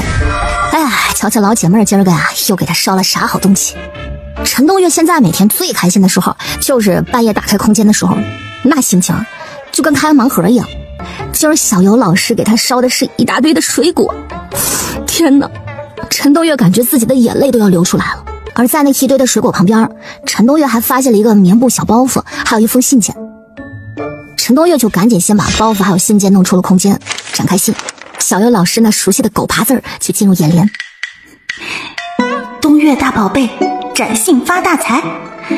今天又是想你的一天啊！看了你的信，我查了一下资料，琢磨了一下，感觉给你弄点水晶手串或者是琉璃制品啥的，你也许可以弄得出空间。另外呢，给你搞了5、6个琉璃糖罐子，这玩意儿老板也号称是古法手艺，所以有些小贵，大概一个得5、600呢。不过你之前卖掉的 Switch、游戏卡、相机啥的，加起来也有1、2万呢，所以你也不用担心我破产。还有那些水果都是我网上查过的，说是古代都有的，我都洗过了。哦对了，遗嘱的格式呢，我也从网上抄了一份，内容如下。还有，因为没有办法给你弄水笔、钢笔啥的过去，所以我给你搜了一个炭笔的制作方法，内容如下。最后，很想你，希望你每天都能过得开心顺利，爱你的小尤大宝贝。不知道为什么，虽然他已经收到了小尤老师的好多封信件了，可是每一次看完，他都想暴风哭泣一番。他赶紧提起笔，写了自己今天买荷包想让姐妹拿去卖了换钱的事儿，然后又跟小尤老师说，让他以后再给自己弄吃的，像什么鸡鸭鱼肉啥的，等通知了再给他烧。平时每天搞点鸡蛋就行了，因为他买了2只鸡，拿鸡蛋吃比较说得过去。随后他也希望尤思佳在帮助自己的同时，千万不要太过于影响自己的正常生活。写完信，神秘的烧香传递仪式结束以后，他先尝试着从空间里拿了个苹果。好家伙，果然可以！再来个橘子。这个不行，这玩意儿可能是个转基因橘子，可惜。最后一个，来个石榴。这个也可以。很不错。来，让我看看咱们的志明和春娇昨天有没有给咱们下蛋呀？说着话，陈冬月就躬身进了鸡棚。听闻陈冬月要来找鸡的麻烦，这前院里边忙活的其他人也都凑过来了。众人此刻就想看看陈冬月今天到底要怎么收场。哎呀，这俩鸡不错呀，下了好几个蛋呢。怎么可能呢？宋雅忍不住都喊出声了。宋好婆也是结结巴巴的。不可能吧？炒鸡蛋吧，咱们吃炒鸡蛋吧。小米却只拉着宋云吵着说要吃鸡蛋，李秀才立刻附和小米。好，用小葱炒，香的嘞。很快，陈冬月从鸡棚里面就钻了出来，他摊开手掌心，瞧，6个鸡蛋，志明和春娇还是很厉害的。老太太你摸摸，这鸡蛋还是温热的呢，明显就是新鲜下的呀。听他这么说，宋好婆还有宋云就赶紧去摸他手里的蛋。果不其然，这蛋真的是有些温温热热的。在陈冬月的鼓励下，宋云果然一顿饭就把这6个鸡蛋全部都给造完了。正在收拾碗筷的宋好婆终于鼓足了勇气跟陈冬月说，冬月呀，虽说你手头有了些银两，但是花钱还是得有些算计。冬月，你哪儿去呀？冬月呀，我去竹叶那里借个夯实去，一会儿就回。他压根就不打算跟小老太太说身体才是革命的本钱这种道理。他现在就想趁着还没下雪，把后院地给整一整。祖奶，夯实我先拉走了，可能得要些日子再还回来。这石头就放你家吧，咱们什么时候需要了再去你家拿就是了。对了，祖奶，我之前去县城转悠了一圈，城里人都在说明年开春粮价怕是要大涨，您跟我祖爷要不合计合计，也囤点粮。史花娘一听，对着天骂了好几句，这才谢了陈冬月，说是一会儿就跟宋不凡商量商量。而陈冬月在回家以后，就开始马不停蹄地整理起了后院。要想夯实这泥地，这需要多人配合的，得把这个石头给甩起来再扔下去，上上下下好多次，这个泥地才能夯实。陈冬月试了试，这个园主的身体虽然有些虚胖，但力量还是足够翻动这100来斤的石头。今儿没下雪，所以宋家除了个李秀才，其他的人都去地里干活了。而李秀才虽然说得念书，可是听到后院这不断的嘿哈的声之后，他很好奇，就跑到后面去瞧了一眼。厉害啊，你东家！原本还以为你只是长得粗壮，没想到力气居然也这般大，跟个男人似的。李秀才很会夸人，下次不用夸了。陈冬月最后一下把夯实滚到了东边的墙角，然后用袖子擦了擦着头上的汗，随口问了一句：李秀才会做饭吗？只会煮饭，不会炒菜。怎么不乐意？陈冬月蹙了一下眉，随手捡起了墙角的一把斧头。倒也没有，只是男人下厨总不太像样啊。行，那我来做饭，你去山上砍柴去。今日没下雪，便得多砍些柴火回来，记得把牛车装满再回家。行，我做饭，可不是说好了石头敲树匠的吗？李秀才说着话，转身就准备去厨房。陈东岳冲着他的背后大声地说：“当初你也没说你这么大胃口呀？谁呀？一早上喝了3碗粥，啃了2个饼，还说什么半饱半饱？就叫宋天霸。”全屋都为之一惊。宋天霸，好名字，好名字。不过给你起了这个名，你得写个保证书啊，保证长大了可不能怪咱们。写不得，这名儿都是混不吝起的，小姑娘家怎么能起这名呢？嫂子，你别笑了，说起来你也是小米的母亲，你倒是给她出主意呀。宋钢蛋。陈东岳脱口而出：“他爹铁蛋，叔叔狗蛋，小米就叫钢蛋，你们齐全了呀？”什么呀？不好听。你们的意思就是爹好听上口，但不能听着太柔美，是这个意思吧？小米有些茫然地看向陈东岳。陈东岳点点头：“差不多这个意思。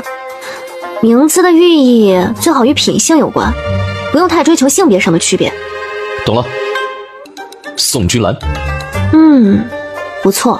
小米嘀咕一句，就斜了他一眼。不过也还行吧，总比什么晚清、钢蛋好一些。就这个。那从今天开始，我就叫做宋君兰啦。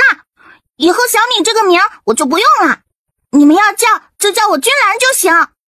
小米不是挺好的吗？这名字是宋好婆给起的，他觉得叫起来很顺口。小米啊，不是君兰，自有他的道理。我既得了先生赐名，自然是要用的，不然岂不是看不起先生吗？谢小姐看得起我。李秀才调笑道：“别叫我小姐，叫我君兰。”姓名敏感期的小米啊，立刻就纠正他：“行，君兰。”李秀才笑眯眯地冲众人说：“大伙儿都记住啊，咱这以后呀，没有小米、大米、熟米了，只有君兰。君兰，君，阿君，兰兰，阿兰。”陈东岳冲着君兰乐呵呵地念叨着。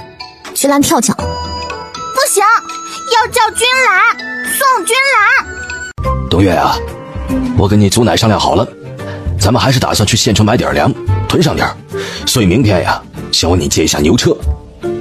可这会儿估摸着粮店都放年休了，你们去不一定能买得到。什么？要不这样，我明日也准备去县城一趟。那粮行小二我倒是认识，祖爷爷要是要的粮不多，我倒是可以帮你去说道。那是最好不过了。其实陈东岳这一次准备去县城走一遭，为的是给小刘老师进货的。之前不是传递过去了20个荷包吗？卖完了，这会儿还催着陈东岳再给他去找点货。次日一早，青山村又飘起了小雪，但是宋不凡夫妇还有陈东岳已经等不得了，于是他们带上李秀才，还是腿着去了县城。等到了县城的时候，都已经是下午，李秀才也不急着回家，看着那面摊就走不动道了，他死活的呀求着陈东岳给了一碗清水面，然后才装模作样的抖着腿回家，气得陈东岳发誓让他下回再也别跟他走一道。妹子，我现在也算是看出来了，就是个刀子嘴豆腐心。觉得自己看穿了陈东岳的水花娘，为了显示亲昵，说完以后还用肩撞了一下陈东岳，结果差点把自己给撞地下。此时的粮行已然是大门紧闭，陈东岳轻轻敲了2下排门板，里头没人应声。原本吵了一路有些累的夫妻俩立刻又开始互相呛起来。此时已经有些烦躁的陈东岳终于不想忍，他重重的一巴掌就拍在粮行的排门板上，只见原本卡在那卡槽里的排门板忽然就出了轨，那么直挺挺的就倒在了陈东岳面前。此时屋子里边站着的正是之前接待陈东岳的那个小二。宋不凡给水花娘一见门倒了，吓得瞪大了眼，3个屋外的人还有1个屋里的人就这么面面相觑。那个我不是故意的，你们这个排门板的卡槽好像浅了点，我拍了一下它就倒了，对不住啊，要不我给你扶起来吧。可小二看他那海泉式的拳头，还有那扇自打粮行开业至今50-60年第一回倒下的实木门板，他连连摆手。不用，小的来就行了。客官，您来砸门啊？不是敲门，您来敲门，所谓何事啊？要您想买粮的话，小的权限最多能卖你2担粮。不过您要还嫌少的话，小的再给您去别人那里匀着来啊。这怎么个事啊？这个小二也太好说话了吧，都不需要他费口舌。哎呀，不开心。2担粗米就够了。就是我还想要买1斗糯米。可以。小二都没等他说完，就点头应下了。嘿，原本以为会颇费口舌的事儿，简单几句话就解决了。陈东岳他很失落。哎呀，这不是东岳妹子吗？来，快请进。东岳妹子最近是不是有什么烦心事儿啊？我怎么看你这脸都小了一圈，这腰身好像也细了些。唉，世道艰难，吃不饱饭自然就瘦了。所以巧娘姐姐，这荷包要不你给我便宜些吧。巧娘是觉得自己这个嘴呀，哎呀，真是给自己挖了个坑。进了屋以后，陈东岳就装模作样的看着绣娘绣了会儿花，然后又问东问西问了好一会儿，这才说明来意。他说他今天呢就是奔着那荷包烙子香囊来的，这些小玩意儿有多少他要多少。哎呀，还是我东岳妹子买卖做得好，你这一要就是300-400个。什么玩意儿？300-400个荷包烙子？哎呦，东岳，你冷静点儿。哎呀，祖奶放心，这个都是人家已经付了货款我才来采买的，肯定亏不了。不过巧娘姐，其实客人预定的大部分都是荷包，这烙子我还得跟人商量，所以这价格……你且先不要还价，我去拿了与你瞧看，你就知道我这的烙子是1分价钱1分货。不多时，巧娘就拿了一个捧盒从后堂间里出来了。她走到了陈东岳的跟前儿，把这捧盒打开，然后呢拿了几条烙子让陈东岳细瞧。嚯，这烙子打得真不错呀。东岳妹子，我也不跟你胡乱开价，像这种简单的梅花烙呢，我一个收你15文，像金鱼烙这种复杂些的，一个得要30文，毕竟编起来也得要些功夫。还有这种同心烙、鸳鸯烙之类成对的，我算你便宜些，一对55文。边上有个绣娘突然抬头看了一眼巧娘，见着绣娘看向自己，巧娘脸色微微一变，朝那绣娘问了一声：“尤娘子是眼睛累了吗？”陈东岳一惊，忙问道：“这位绣娘姓尤？”“是。”那个被唤作尤娘子的女子冲着陈东岳笑了笑，然后又转头跟巧娘点点头：“确实是眼睛累了一些，我出去看看天光去。”“去吧。不过东岳妹子怎么突然问起尤娘子的姓氏？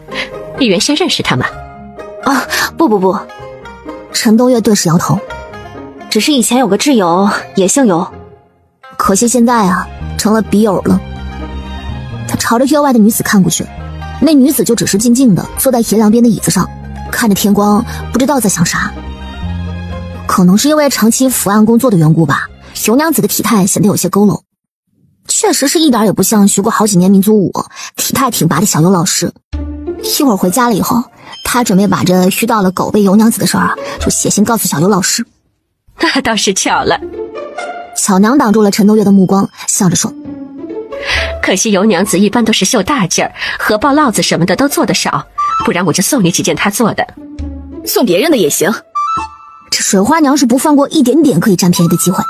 那东岳妹妹喜欢的话，自己挑2个也行。那就谢谢巧娘姐姐了。陈东岳就立刻动手挑了几个简单的烙子。就这几个吧，到时候给阿云、水花和君兰他们几个自己挑了带。哎，有便宜不占，王八蛋！尤娘子，陈东岳很诧异：“你怎么会在这儿？”“我喊他来的。”水花娘说着话就把陈东岳给扯到了一边，然后小声的在他耳边说：“我说我这么和善的人，看那巧娘怎么左看一个不顺眼，右看一个不顺眼，原来她压根儿不是什么善茬儿。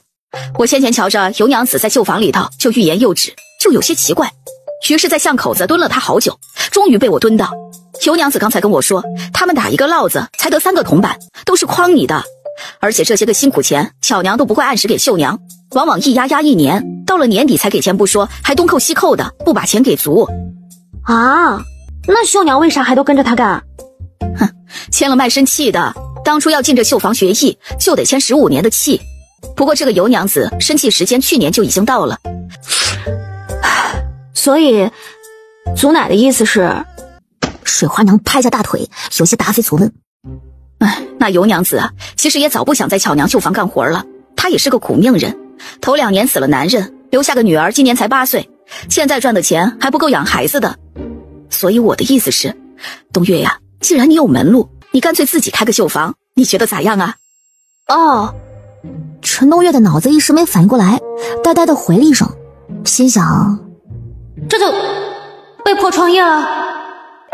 开个绣坊倒也不是不行，就是不知道尤娘子那儿提了啥要求吗？她没提要求。水花娘回答的很是爽气。你要真想开绣房，还得亲自跟尤娘子谈谈。祖奶说的很有道理，我放在心上了。这样吧，咱们今天就在这驿站住一晚，等我跟尤娘子聊完了，咱们明日早上再往回赶就是。住啥驿站呢？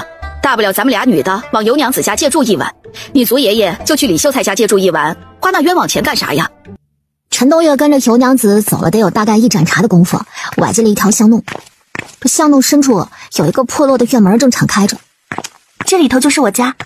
叫你别把被褥晾在这儿，这晾衣绳是我扯的。怎么的，小年纪了还聋了不成？紧接着就是一个小女孩的声音：婶子，你好生不讲理，咱们家原就是在这儿晾衣服的，明明是你捡了我家的晾衣绳在先。你哪只眼睛看到我捡了你家晾衣绳了？小年纪不学好，空口白牙的胡咧咧什么？真是有娘养没爹教的东西！你娘天天的不着家，说是去绣房干活去了，哼，说不定是去爬哪家男人的被窝。哎呀，小蹄子，你敢踹我，看我不打死你！你咋好意思为难小孩啊？可真有志气。可咱们院子里的规矩就是，哎呦，还你们！哎呦，算我倒霉，这绳子我不要了，这总可以了吧？可以，但是这地上的衣服被子是你扔的吧？你捡起来洗干净，这事儿就算过去了。算了，我自己来吧。那既然如此，陈冬月也就不再强留这颧骨婆了。走吧，进屋说话。娘俩这个屋子陈设非常简单。二位莫要见笑，我跟彩棠这日子过得也确实不富裕，眼瞧着就要年底了，我这也是等着绣房那里给发了工钱，才能买粮食养活孩子呢。尤娘子，若是你要跟着我干，那你去年1年的工钱，巧娘还能给你吗？不清楚。尤娘子的叹息声更重了。若我真想离开绣坊，另谋出路，估摸着明年是肯定拿不到今年的工钱了，连带着去年的，估计也得被扣掉一些。我是想着，若是陈娘子这里能让我跟彩棠每日能吃得上饱饭，跟着陈娘子走，那这些损失我也认了。毕竟这里你们也瞧见了，邻居掌柜个个都是如此。可我想着换个地方，也许能换种活法，也不一定吧。说完他就看向了窗外，神色多多少少带了一些落寞。这样吧，你若是愿意跟咱们回青山村带徒弟，我每日包你。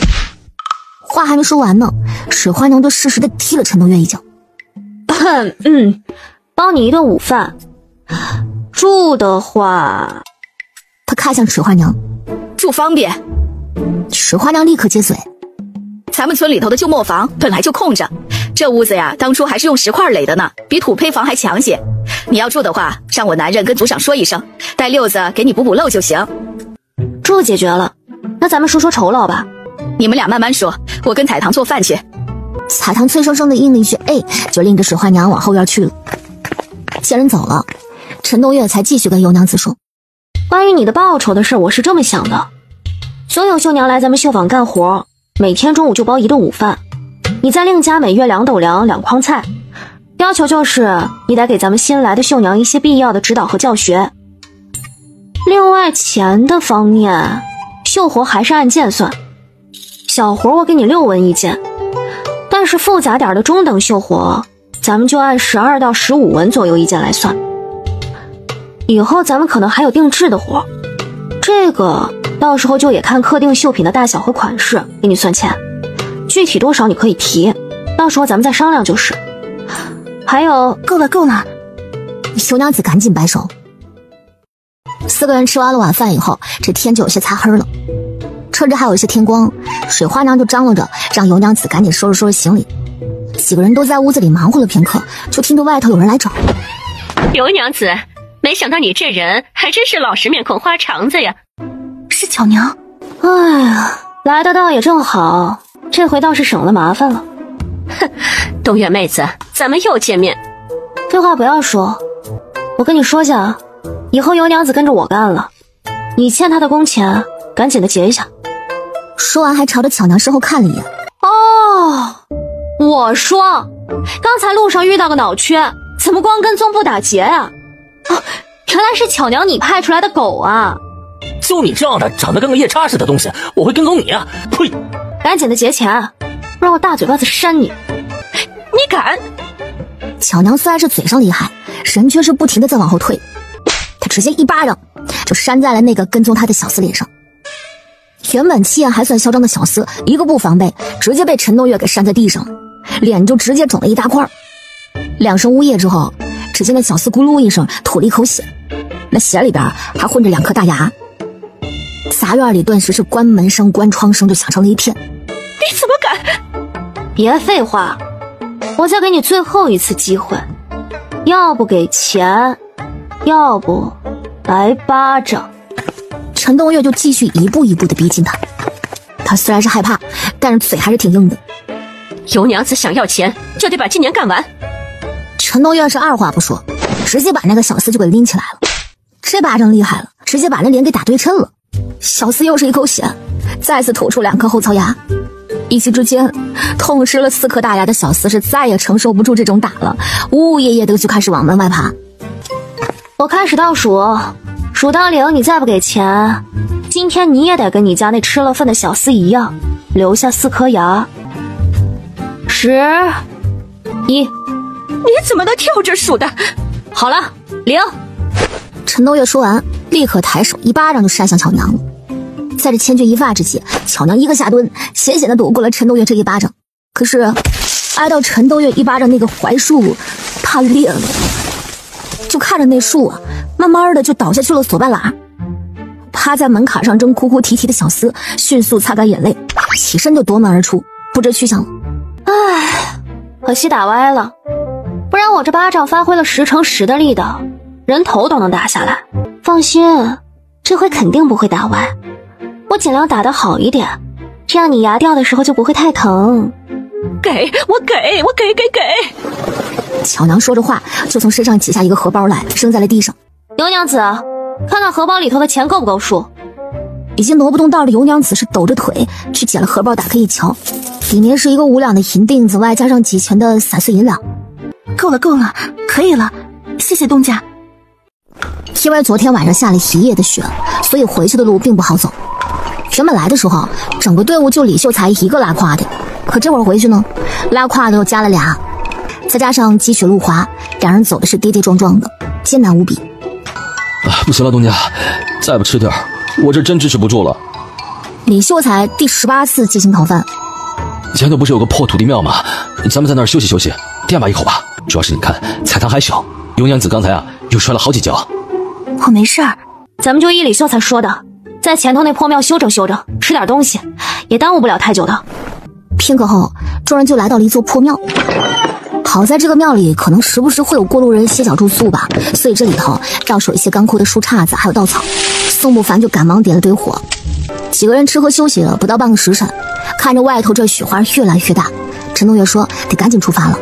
于是他们赶紧用雪就灭了火堆，理了理行囊，准备继续出发。正当陈东岳准备带头走出庙门的时候，就看到远远的来了一辆马车。众人只当这些人是跟他们一样的临时来歇脚，也没有多想什么。可是他们刚刚往外头走了没几步，就被马车给拦住去路了。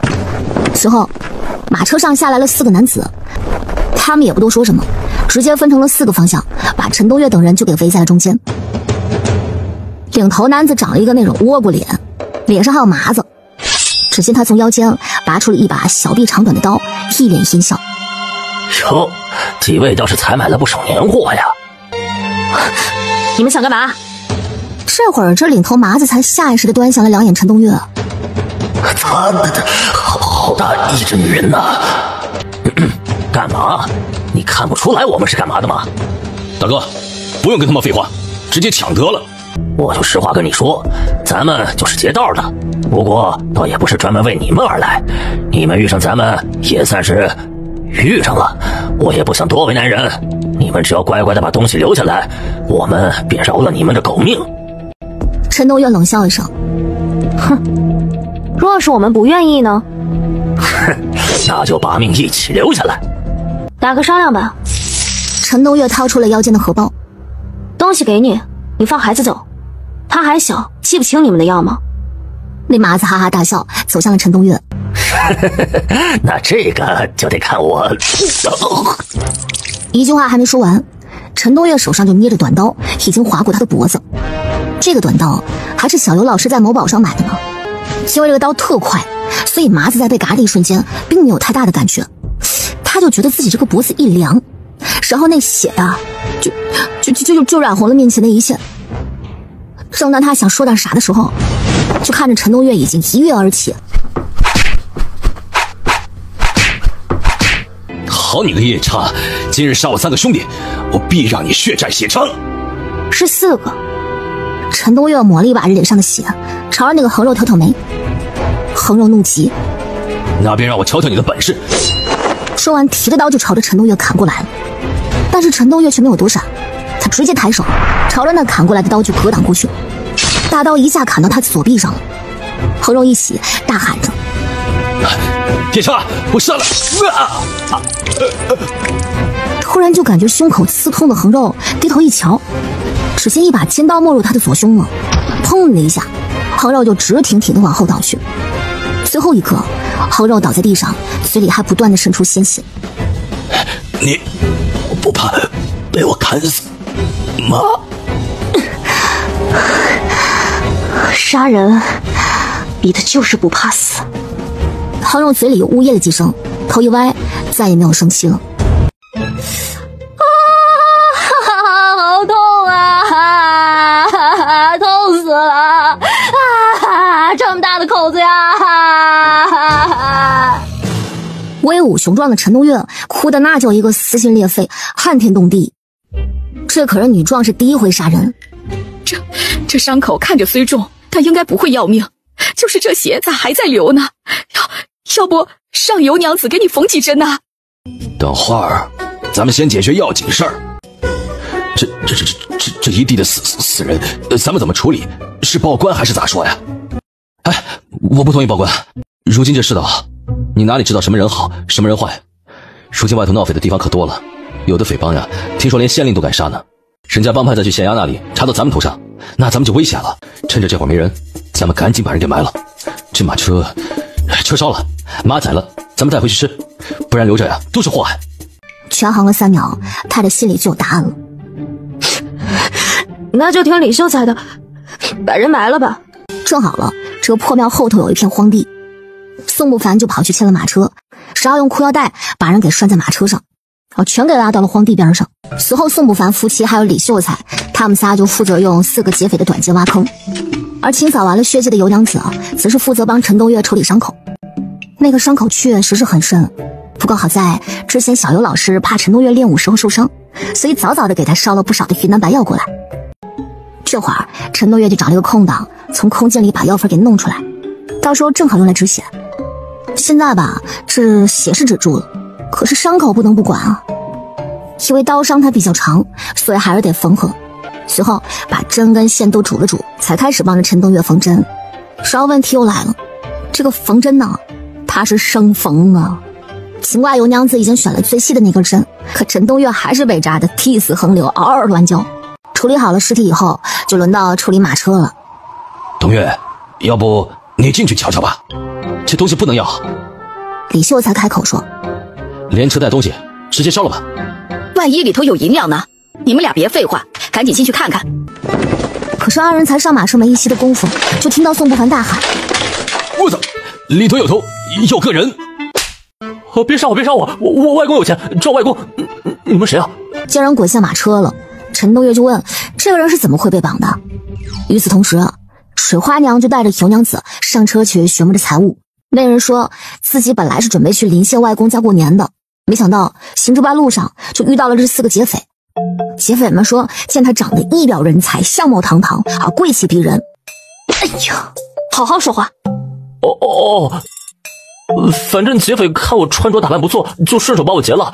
他们原本是想杀了我的，但是我说我外公有钱，他们就改了主意，说先讹我外公一笔，然后再杀我。不过几位英雄，你们是把劫匪赶跑了吗？对，他们跑了，你安全了，你可以回你外公家了。我不认识路，你们能不能送我呀？那不行。宋不凡断然拒绝。我家娃娃还在家等着咱们呢，送你回家，咱们回去就晚了。从这儿到仁义县也不是很远，你只要沿着这条路往西走。听明白了吗？要不我还是跟你们回去吧。大哥，你看着也能有个30多岁了，不认路的话自己多问问呗。什么30岁啊？我今年刚满12岁。放屁！谁家12岁长这么大，而且那满脸的胡茬子，糊弄谁呢？我包里有录影，录影上有年岁和身高体貌。是这个吧？双哈立马点点头。哦，对，就是这个。你瞧，我今年12，是打府城去莫县外公家的。李秀才眉头紧皱，看着这录影。你叫张德昭？哦，对，几位叔叔婶婶，我真的只有12岁，而且不认路，麻烦你们就收留下我吧。哦，对了，我有钱。然后从他这个包裹里边就滚出了17、18个银锭子。行吧，不过咱话说在前头，你要在我家吃饭的话，可得付钱啊。要不然就按照这个壮汉的体量，他真怕自个儿了不起他。那张德昭还有啥不愿意的呀？他捏着银票朝陈东岳乐呵道：“这钱应该够我吃半个月的。”咦，陈东岳依稀在那张银票上，好像看到了1000两3个字儿。天爷呀，你真是一个好天爷呀！这到底是哪家的落难公子啊？不，送财童子啊！那既然大伙都同意了，这可爱敦实的张德昭小朋友跟着一起回村儿。此时马车上的东西，水花娘跟油娘子已经是翻找清楚了。这车里面的东西，除了2坛子酒、40两的银子，其他的都被李秀才一把火给烧了。最后剩下1匹马。你且不要把这马当马，你就把它当个劫匪，不会吗？不会啊！陈东岳手里捏着刀，这横竖就是不知道应该往哪捅。劫匪哪来那么清澈的眼神啊？我会杀猪，也会杀牛，让我来试试可以吗？大墩子张德昭忽然举手。我外公以前是个杀猪匠，所以我娘会杀猪，我也会杀猪。实不相瞒，我们家以前宴会请客，猪都是我宰的。有出息！水花娘冲他竖起了大拇指。怪不得看你长得壮实，原来是杀猪世家呀！不消一炷香的功夫，那马就被张德昭给放了血，倒在雪地里死透了。大墩子也没有辱没外公家的门楣，那马一被放倒，就被他用力的给直接开膛破肚了。回去的后半程，雪越发的大了，天色也是阴沉的很。张德昭说自己怕再一来逮人，所以央求大伙帮他隐瞒下了自己是地主家傻儿子的身份。陈东岳就提议用大墩子作为张德昭的艺名。另外呢，为了更好的隐藏身份，陈东岳还让张德昭说自己是李秀才的侄子。这回跟着一起去新山村，是为了跟李秀才读书认字的。呀，有只小狗。已经走的是灵魂出窍，全凭意志力在支撑自己的彩棠。一听说有小狗，倒是来劲儿了。他3步2步的跑上前，真的是只小狗，还怪好看的嘞。这荒山野岭的，怎么会有狗啊？这别是只狼崽子吧？这不是狼崽子，狼崽子眼睛和爪子都还要大些呢。不过这么小的狗崽子，大冷天的也养不活的。没事儿，捡着呗，养不活正好煮小狗包吃，补的嘞。闭嘴！陈东岳赶紧把那狗崽子给藏到怀里去。谁都不准吃我们家的宋志刚。小动物只要惹名了，就谁都不行吃了啊。这狗为什么要叫宋志刚啊？因为我们家有宋志明了呀。陈东岳回答的是一本正经。志明、志刚一听就是兄弟。可宋志明是只公鸡啊。不是公鸡，是母鸡。哎，重点不是这个，重点是一行人就这么听着陈东岳跟李秀才完全不像是正常人的争吵，继续上路，直到天色擦黑。一路上经历了太多的一群人，终于回到了青山村。地上的积雪这会儿已经到脚脖子了。才到村口，陈东岳果不其然就看到了扯着脖子跺着脚在村口等他们的宋阳。这哪来这么多人啊？嫂子，你扛的又是啥呀？说来话长，走，带路，咱们回家再说。几个人悄咪咪的进了宋家以后，宋阳探头探脑的把这院门一关。此时宋云带着几个孩子正在烤火取暖，而宋好婆就趴在桌边上昏昏欲睡。几个人听着开门还有进人的动静，赶紧从火盆边上站起来就往门口走，却看到了令人胆寒的一幕。那领头的人是陈东岳，扛着一个不知道打哪来的大腿，身上全是血，而他左手的胳膊上还缠着好几圈的白棉布，棉布上还有着零星的血迹。在他身后居然是一对夫妻，还带了一小女孩。这些又是什么人？咋啦？这是咋啦？站在宋云一旁的君兰一个箭步冲到了陈东岳的面前。谁干的？谁砍的？你咋没砍过人家呢？放心，谁能干得过你娘啊？不过现在咱们是又累又饿，能不能先让咱们进屋再慢慢说？宋云就赶紧拉着宋好婆去了厨房，说是给大伙煮一点热粥喝。吃完粥以后，陈东岳还给宋阳他们就是简单的陈述了一下他们这一路上遇到的事儿。大伙把肉分分，就赶紧回去休息去吧。这2天可累死我了。哎呀！大伙分完了东西以后，就跟陈东岳说了声再见，准备各自回家。因为尤娘子他们今晚没地儿住，所以就带着彩棠跟着宋不凡他们回去了。而大墩子因为成了李秀才的侄子，所以今天晚上就跟着李秀才一起挤进了宋阳的屋子里了。好不容易捞到清静的陈东岳，终于得空去了趟空间，随后就仔细的查看着小尤老师这2天又给他动什么好东西来了，又多出来2套棉袄、棉裤，还有大棉鞋。哇，这色花花绿绿的，一看就是东北那旮瘩的土特产，所以贼厚实，贼保暖。另外还有鸡蛋也是补充过了，120个鸡蛋，空间里边飘了7、8板。除此之外，小尤老师还给他搞了一点新疆大馕、核桃啊、葡萄干啊、无花果干啥的。呵呵，这一看就知道是小尤老师的爸爸妈妈从新疆自驾游回来了。哦，对了，还有2封信，陈东岳就一一拆开看了看。小尤要不就是心里有问题，要不就是遇上电诈了。第1封信上，小尤老师说了陈东岳遗嘱的事儿，律师那儿呢正在公证处跟法院来回的跑，估摸着得1个来月吧，基本上可以办下来。而第2封信上呢，却只有1句话：女人，你怎么没有给我回信呢？你再不回信，我真的会生气。自打陈东岳跟尤思佳联系上了以后，他们俩每天都会有信件来往的。只不过昨天陈东岳是住在尤娘子家，写信啥的实在是不方便，就没给小尤老师写。所以这会儿陈东岳也不敢再怠慢，撅着个腚趴在桌上就开始给小尤老师写回信。随后他点了2簇香，抱了那一大包的荷包络子，再次进了空间，给她闺蜜发货去喽。而另一头，尤思佳因为隔了1天没有收到陈东岳的信，一直都睡得很不安稳。一大清早的，不过也就是凌晨4、5点，他拿着钥匙就跑去开了陈东岳家的门。好在今天当尤思佳跑到陈东岳祭台边上查看的时候，就看到了陈东岳用那比狗刨都不如的字儿写出来的信，还有一个包裹。尤思佳着急忙慌张先看完了信，然后才拆开了姐妹快递过来的货。看了看时间还早，他也懒得把东西这搬东搬西的，于是就随手拍了一些照片，只把这将近100件的刺绣针织作品在海鲜市场上上架了。上架以后，就在自己那3个群里吼了一句，直到他下午下班的时候，却惊讶的发现，尼玛，自己又欠了将近300件货了。纳尼？为什么会这样啊？小尤老师抓耳挠腮，很是烦躁。所以当下班的白瑞来找小尤老师玩耍的时候，小尤老师就更烦了。你来干嘛？找你约会。白瑞端着笑脸看着头发凌乱脸色涨红的小尤老师。约会？小尤老师蹙眉，你哪里来时间约会啊？你不用执勤，不用加班，不用出去站岗的吗？我只是反诈中心的警察，又不是交警，不用站岗的。白警官替自己申辩了一句，不是马上冬至了吗？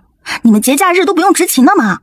哎呀，行了，你赶紧出去吧，我这里马上就算完了，等我算完了再来找你。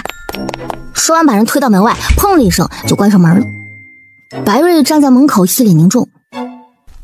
小尤妈妈拉着白瑞到了厨房，然后老两口异口同声地问道：小尤是不是不太对劲儿啊？是不是不太对劲啊？哦。白警官点点头。小尤要不就是心里有问题，要不就是遇上电诈了。电诈？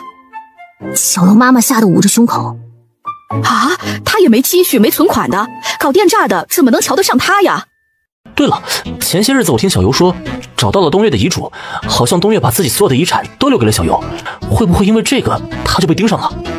东岳那房子也有120几平，估摸着呀也得值700、800万呢。不行，我得去单位一趟，查查最近小游有没有接到什么可疑电话。对，你快去，顺便呢把 QQ、微信啥的都查查清楚。对了，他还有个微信小号，微博小号也有。来，我给你写了，你都去查查。此时正在另一个时空里准备创业的陈东岳是完全不知道，自己已经成为了游爸跟游妈心目当中的诈骗犯了。他这会儿正忙在宋家小院里跟青山村的妇女同胞们介绍自己的招工计划。尤娘子是我请来的刺绣师傅，专门来指导咱们村里有意向想要来绣坊干活的姑娘婶子们如何绣花的。咱们初期呢准备招10来个绣娘，4线布料都由我们绣坊提供，工钱都是计件算。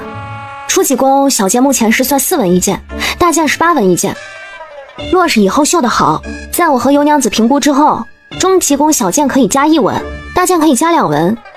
工钱咱们是每月一结账，绝不拖欠的。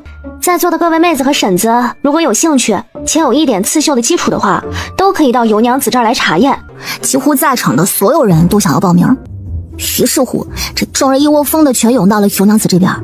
尤娘子最后还是在这矮子里边拔高子，挑选了15个姑娘，成为绣坊里的第一批绣娘。等人都散尽了，尤娘子说得赶紧去磨坊那边看看呀。今天的宋不凡说是带人去给他修房子去。救命！救大命！真是馋死姐了。说起陈东岳要去的这个青山村10里外的市集，规模其实还是挺大的。因为马上要临近过年，所以哪怕仁义县这全县人民的日子都不怎么好过，这大集上人还是不少。集里集市以后，陈东岳目不斜视，一路就扒拉开拥挤的人群，直奔着布贩子而去。要问这陈东岳为啥目不斜视，直奔布贩子，主要吧，因为这个集市上卖吃食的实在是太多了。妈呀，这简直就是碳水的天堂，简直人的噩梦。虽然陈东岳自己是明显感觉这裤腰都松了，大腿跟手臂肌肉也有了那么一点点的线条，但减脂这个事儿还远远没有结束。救命！救大命！真是馋死姐了。你要买啥呀？抱着锦缎的布贩子有点紧张。喏，按这个上的配。这真不是他故意说话这么简略，而这个布贩子边上居然有个炸鸡摊儿，这真的是很难让他呼吸呀。他特怕自己这一呼一吸之间就把那个炸鸡摊给包圆了。那炸鸡老板还在那里念念有词：来，都来看看尝尝啊！真正齐州炸鸡，先卤后炸，酥香可口啊！都来尝尝啊！好想骂人。他摇了摇被食欲给控制住的脑瓜子，劝自己不要再听了啊。好在这时候布贩子已经看完了单子，然后跟陈东岳解释道：这位客人，单子上的东西咱们家都是齐全的，只是有些配色的丝线我没带，还得回家拿。要不你在这等会儿，我去就来，很快的。这会儿已经被隔壁摊位的炸鸡给熏得灵魂出窍的陈东岳，他只想逃啊。他屏住鼻息，跟布贩子说：你家在哪？我跟你去拿。不用了。布贩子一听有点害怕呀，但对方执意要跟着他回家取东西。你走不走？不走我走了。那行吧。也确实是跟布贩子说的一样，他们家离大集确实是不远。陈东岳跟着他大概也就走了不到1炷香的功夫，布贩子就说到地方了。我就不进去了，你把东西拿出来就是。好人啊，真是好人，还知道不要吓唬人家。他在心里给自己默默地发了好几张好人卡，而原本提着一口气的布贩子瞬间呼出了一大口气，不消一刻，布贩子就把陈东岳要的布料跟丝线给配好了。哇，这东西还真不少。客人啊，你这些东西，你这背篓里估摸着勉强能够放得下，就是你能不能背得动呢？不行的话，我可以帮你找个……没事，当我没说过，你能背就行。大妹子，你背那么多货，走在路上可得小心着些。最近听说辽州不太平，闹匪闹得可凶了。前2日咱们20里铺还有人被劫了道呢，你可得千万多留点心眼儿啊。闻言，陈东岳这心里头突然有了一个猜想。哦，那跑来咱们这儿的劫匪长啥样？有多少人？你可知道？那就不知道了。被劫到的人也没活着回来，劫匪呢估摸着有好几人，应该有辆马车。反正你路上瞧见了有马车啥的，就赶紧往路边的草垛子之类的地方躲躲。这不就巧了吗？如果这个布老头说的是实情的话，那会儿劫匪应该就是被陈东岳给解决那波人吧。这2天他一直在想，自己之前是不是出手太重了，第一次杀人的负罪感让他连续做了2、3天的噩梦。可今天一听这布老头说的，陈东岳是真后悔咋没早点遇上这些人，压在心里的大石头瞬间就烟消云散了。陈东岳跟布老头道了声知道了，然后就匆匆的往回走。不过在路过集市的时候，忽然他想到这家里边多了好些人，鸡蛋怕是不够吃啊，于是乎他又多买了2只母鸡。再加上之后绣房开张以后，他们还得包一顿饭，每天你就算再怎么吃的简单，一菜一主食总得有吧。不能说是天天结婚，但是荤油总得来点儿。一想到这儿，陈东岳干脆把肉摊上所有的肥肉都给包圆了，买了整整的25斤的肥肉。这些荤油怎么着都能撑上2、3个月了吧？买完猪肉以后，陈东岳也不敢在集市上多做停留，他怕自己突然会失心疯，再买一些什么油炸羔儿的啥的回去。走，立刻就走。等他到家的时候，绣娘子的新手培训课还在上着。进了堂屋里头，坐了10多个绣娘，已经是满满当当。陈东岳这个啥也不懂的人也没有硬挤进去，他先去了厨房，把这20多斤的猪肉全部甩给了正在做饭的李秀才，大墩子。哎，东家，你回来了。等陈东岳安放好了母鸡以后，那头绣娘子的第一次教学也正好结束了。陈东岳正好去了解一下就新绣娘们的培训进行的如何了。绣工好的倒是也有几个，就是少。咱们一共招了15个绣娘，估摸着有3、4个能马上上手。我这手啊粗糙得很。水花娘尴尬的笑着，毁了尤娘子的一块好布料。我连丝线都劈不好。2位好好养着手，然后再多适应些时日就好了。是啊是啊。说完他又扭头拿起另外一个绣绷，半日功夫就绣完了1对蝴蝶，很厉害了。这女娃谁家的？绣的这是啥啊？毛毛虫还是绿青虫？哎，这种程度的咱们可以直接开除吧。尤娘子尴尬的咳了2声。这是君兰绣的杨柳叶。那什么，那个名册李秀才写好了吗？陈东岳赶紧扯开话题，而水花娘还有水花是在边上拼命的忍着笑呀。好了，东家瞧瞧。瞧瞧。就那名册，陈东岳看了2眼就不满意。不是，这上头怎么没个正经名字呀？小草、八妹、菜秧子、菊花、牛婶儿，这些个妹子婶子都没名字的吗？尤娘子咱也只写了尤娘子，这名册里除了咱们家宋云之外，有个正经姓名的姑娘怎么就2个呢？这姑娘婶子的名字平日里不都这么叫的吗？这么叫也挺好的，反正能知道是谁就行了。那不行，陈东岳立马就不干了。我这今后得跟你们每个人签契的，名字这么随便怎么可以？这有啥？水花娘依旧是满不在乎的。反正女子啊也不算丁口，也不上族谱，成亲前大多都是叫随口起的小名儿，即便是成亲了，那也是得跟着婆家姓啊，叫的也不过是哪家的媳妇儿，哪家的婶子，死了跟着夫家埋了，也不过是个某某氏，有名没名的，有啥要紧呢？陈东岳眉头一紧，只问道：可是没有名字，你知道自己是谁吗？我是宋不凡的婆娘，水花土根的娘啊。除此之外呢？除此之外，没有除此之外呀。除此之外，你还得是你自己啊！不是，东岳，你路上是不是遇到了什么脏东西磨上了呀？我要不是宋不凡的婆娘，水花土根的娘，光我自己不是啥也不是吗？陈东岳明白了，他现在跟水花娘他们说这些啊，压根就没用，因为在他们的观念里，女子幼年从父，成亲从夫，这简直就像是宇宙真理一般的存在。所以这会儿跟他聊什么自我呀，那都是白扯淡。不过有些事儿他还是得坚持一下的。别的我就不说了，但是因为咱们得签契，所以名字还是得用正经的名字。没成亲的姑娘如果没大名，家里头也起不来正经名字的，让李秀才给起个也行。婶子们的名字就用以前做闺女的时候用的名字就行。那也行吧。叫菜花。菜花？乔三妹歪头琢磨了一下，那你岂不是叫油菜花？陈东岳低着头，也是努力的克制自己的笑，然后还得给满脸赤红的尤娘子解围。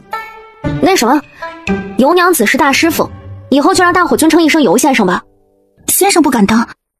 尤娘子赶紧摆手，你们还是叫我尤娘子吧，我这小时候的闺名确实也是随意了一些。那行。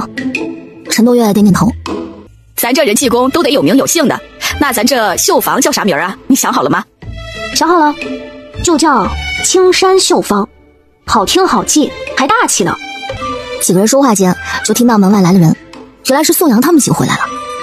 宋德柱拉了整整一大车的白菜、萝卜还有老南瓜，另外呢还有一些茄子跟油菜。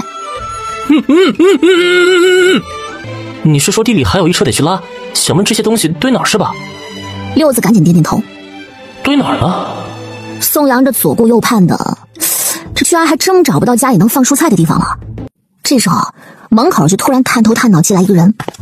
哟，这家里发了财的是不一样哈，连把点菜蔬都比人家好气些呢。这说话的是隔壁嘴婆，他想溜进这陈东岳家里瞧探，想了可不止1天2天的事儿啊。正想着这家里哪能挪腾一些东西的陈东岳打量一眼嘴婆，刚想开口给他一点亲切的问候，忽然想到一个事儿。你想干嘛？你家男人呢？嘴婆一听，还以为他想趁着自己男人不在揍他，他就赶紧回道：我男人在地里，马上就回来了，你可别想趁着他不在。知道了，我找他说点事儿。说完朝着身后众人道了一声：东西先卸堂屋，你们管你们自己先吃饭啊，我马上回来。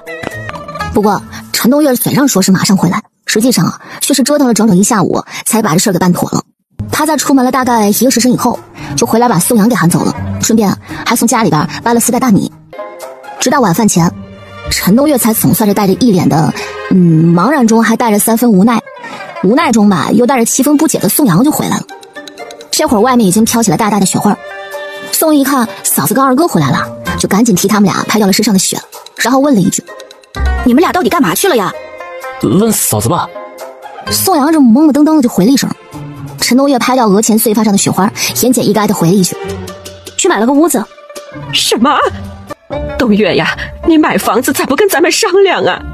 哼，跟你们商量就肯定买不成房子了。陈东岳就只好实话实说：要是我问您，咱把隔壁宋清明他们家的院子买了，您老能同意吗？什么？你怎么会买隔壁的屋子呀？啊，不对，隔壁怎么可能卖给你呢？有钱自然肯卖啊。唉，我大嫂是用钱和米换的。嫂子出了20两银子，找族爷爷和族长和几个族老打了招呼，买了宗祠边上那个闲置的晒粮场，包括晒粮场边上的4间库房，然后又给了隔壁宋清明他们10两银子，外加3袋大米，让他们搬去晒谷场住。反正以后隔壁那院子就是咱们家的了。中间的买卖契约，族长他们已经帮咱们都写好了，族长族老也都点头同意了，我们都签字画押过了。我能不能申请睡隔壁呀？一直默默听的李秀才举起了手。大墩子打呼实在是太严重了，我都快崩溃了，我不想跟他睡一个屋。30两呢，东岳，这钱花的不值啊！陈东岳拍了拍老太太不停起伏的背，认真的解释着：大嘴婆这人您又不是不知道，惯会恨人有笑人无，而且还老喜欢时不时的窥探咱们家的动静，实在是烦人的很。以后村委就咱一家了，岂不是要多清静有多清静吗？要是咱愿意，以后天天炖肉都不会有人再来门口说3道4。而且绣坊马上就要开了，万一我是说万一啊，他瞧咱们生意好，再给咱们使绊子怎么办？还有钱的事儿您就别操心了，粮食您就更不用操心了，咱囤的还多着呢，足够咱们这些人吃到明年收冬麦了。于是事情就这么着了，老宋家的房子顺利的扩出去了1倍。到了午夜，陈东岳就进了空间，然后再一次收到了闺蜜的订购单。哪怕已经在海鲜市场的某书上把链接给下了，小游老师的古装群里却还是在不停的有小姐姐找他私信下单，所以这回这信上小游老师给他写上了3行的感叹号。另外空间里边除了催命信，还多了几个银锭子跟几颗金豆子。小游老师说这个呀是趁着双12的时候搞的特价银条，除此之外还多了几段羊毛护膝跟几沓着沙棉手套，还有那蜂蜡油。吃的这回是多了整整2筐鸡蛋，陈东岳估摸着这1筐得有300来个吧。邱老师还说，他在郊外找了一家养殖场，这个鸡蛋啊是从他们那儿直接收的，价格不到150一箱。以后他就每个周去一次，1次2箱也足够陈冬月吃的了。别说，这可比在超市里囤的特价鸡蛋可省劲多了。看着空间里这越来越多的物资，陈冬月心里老着急了。他现在就想赶紧把这绣坊给搞起来。闺蜜一天不赚钱，我真的是一天寝食难安呐。只要出了空间，他人就秒睡了。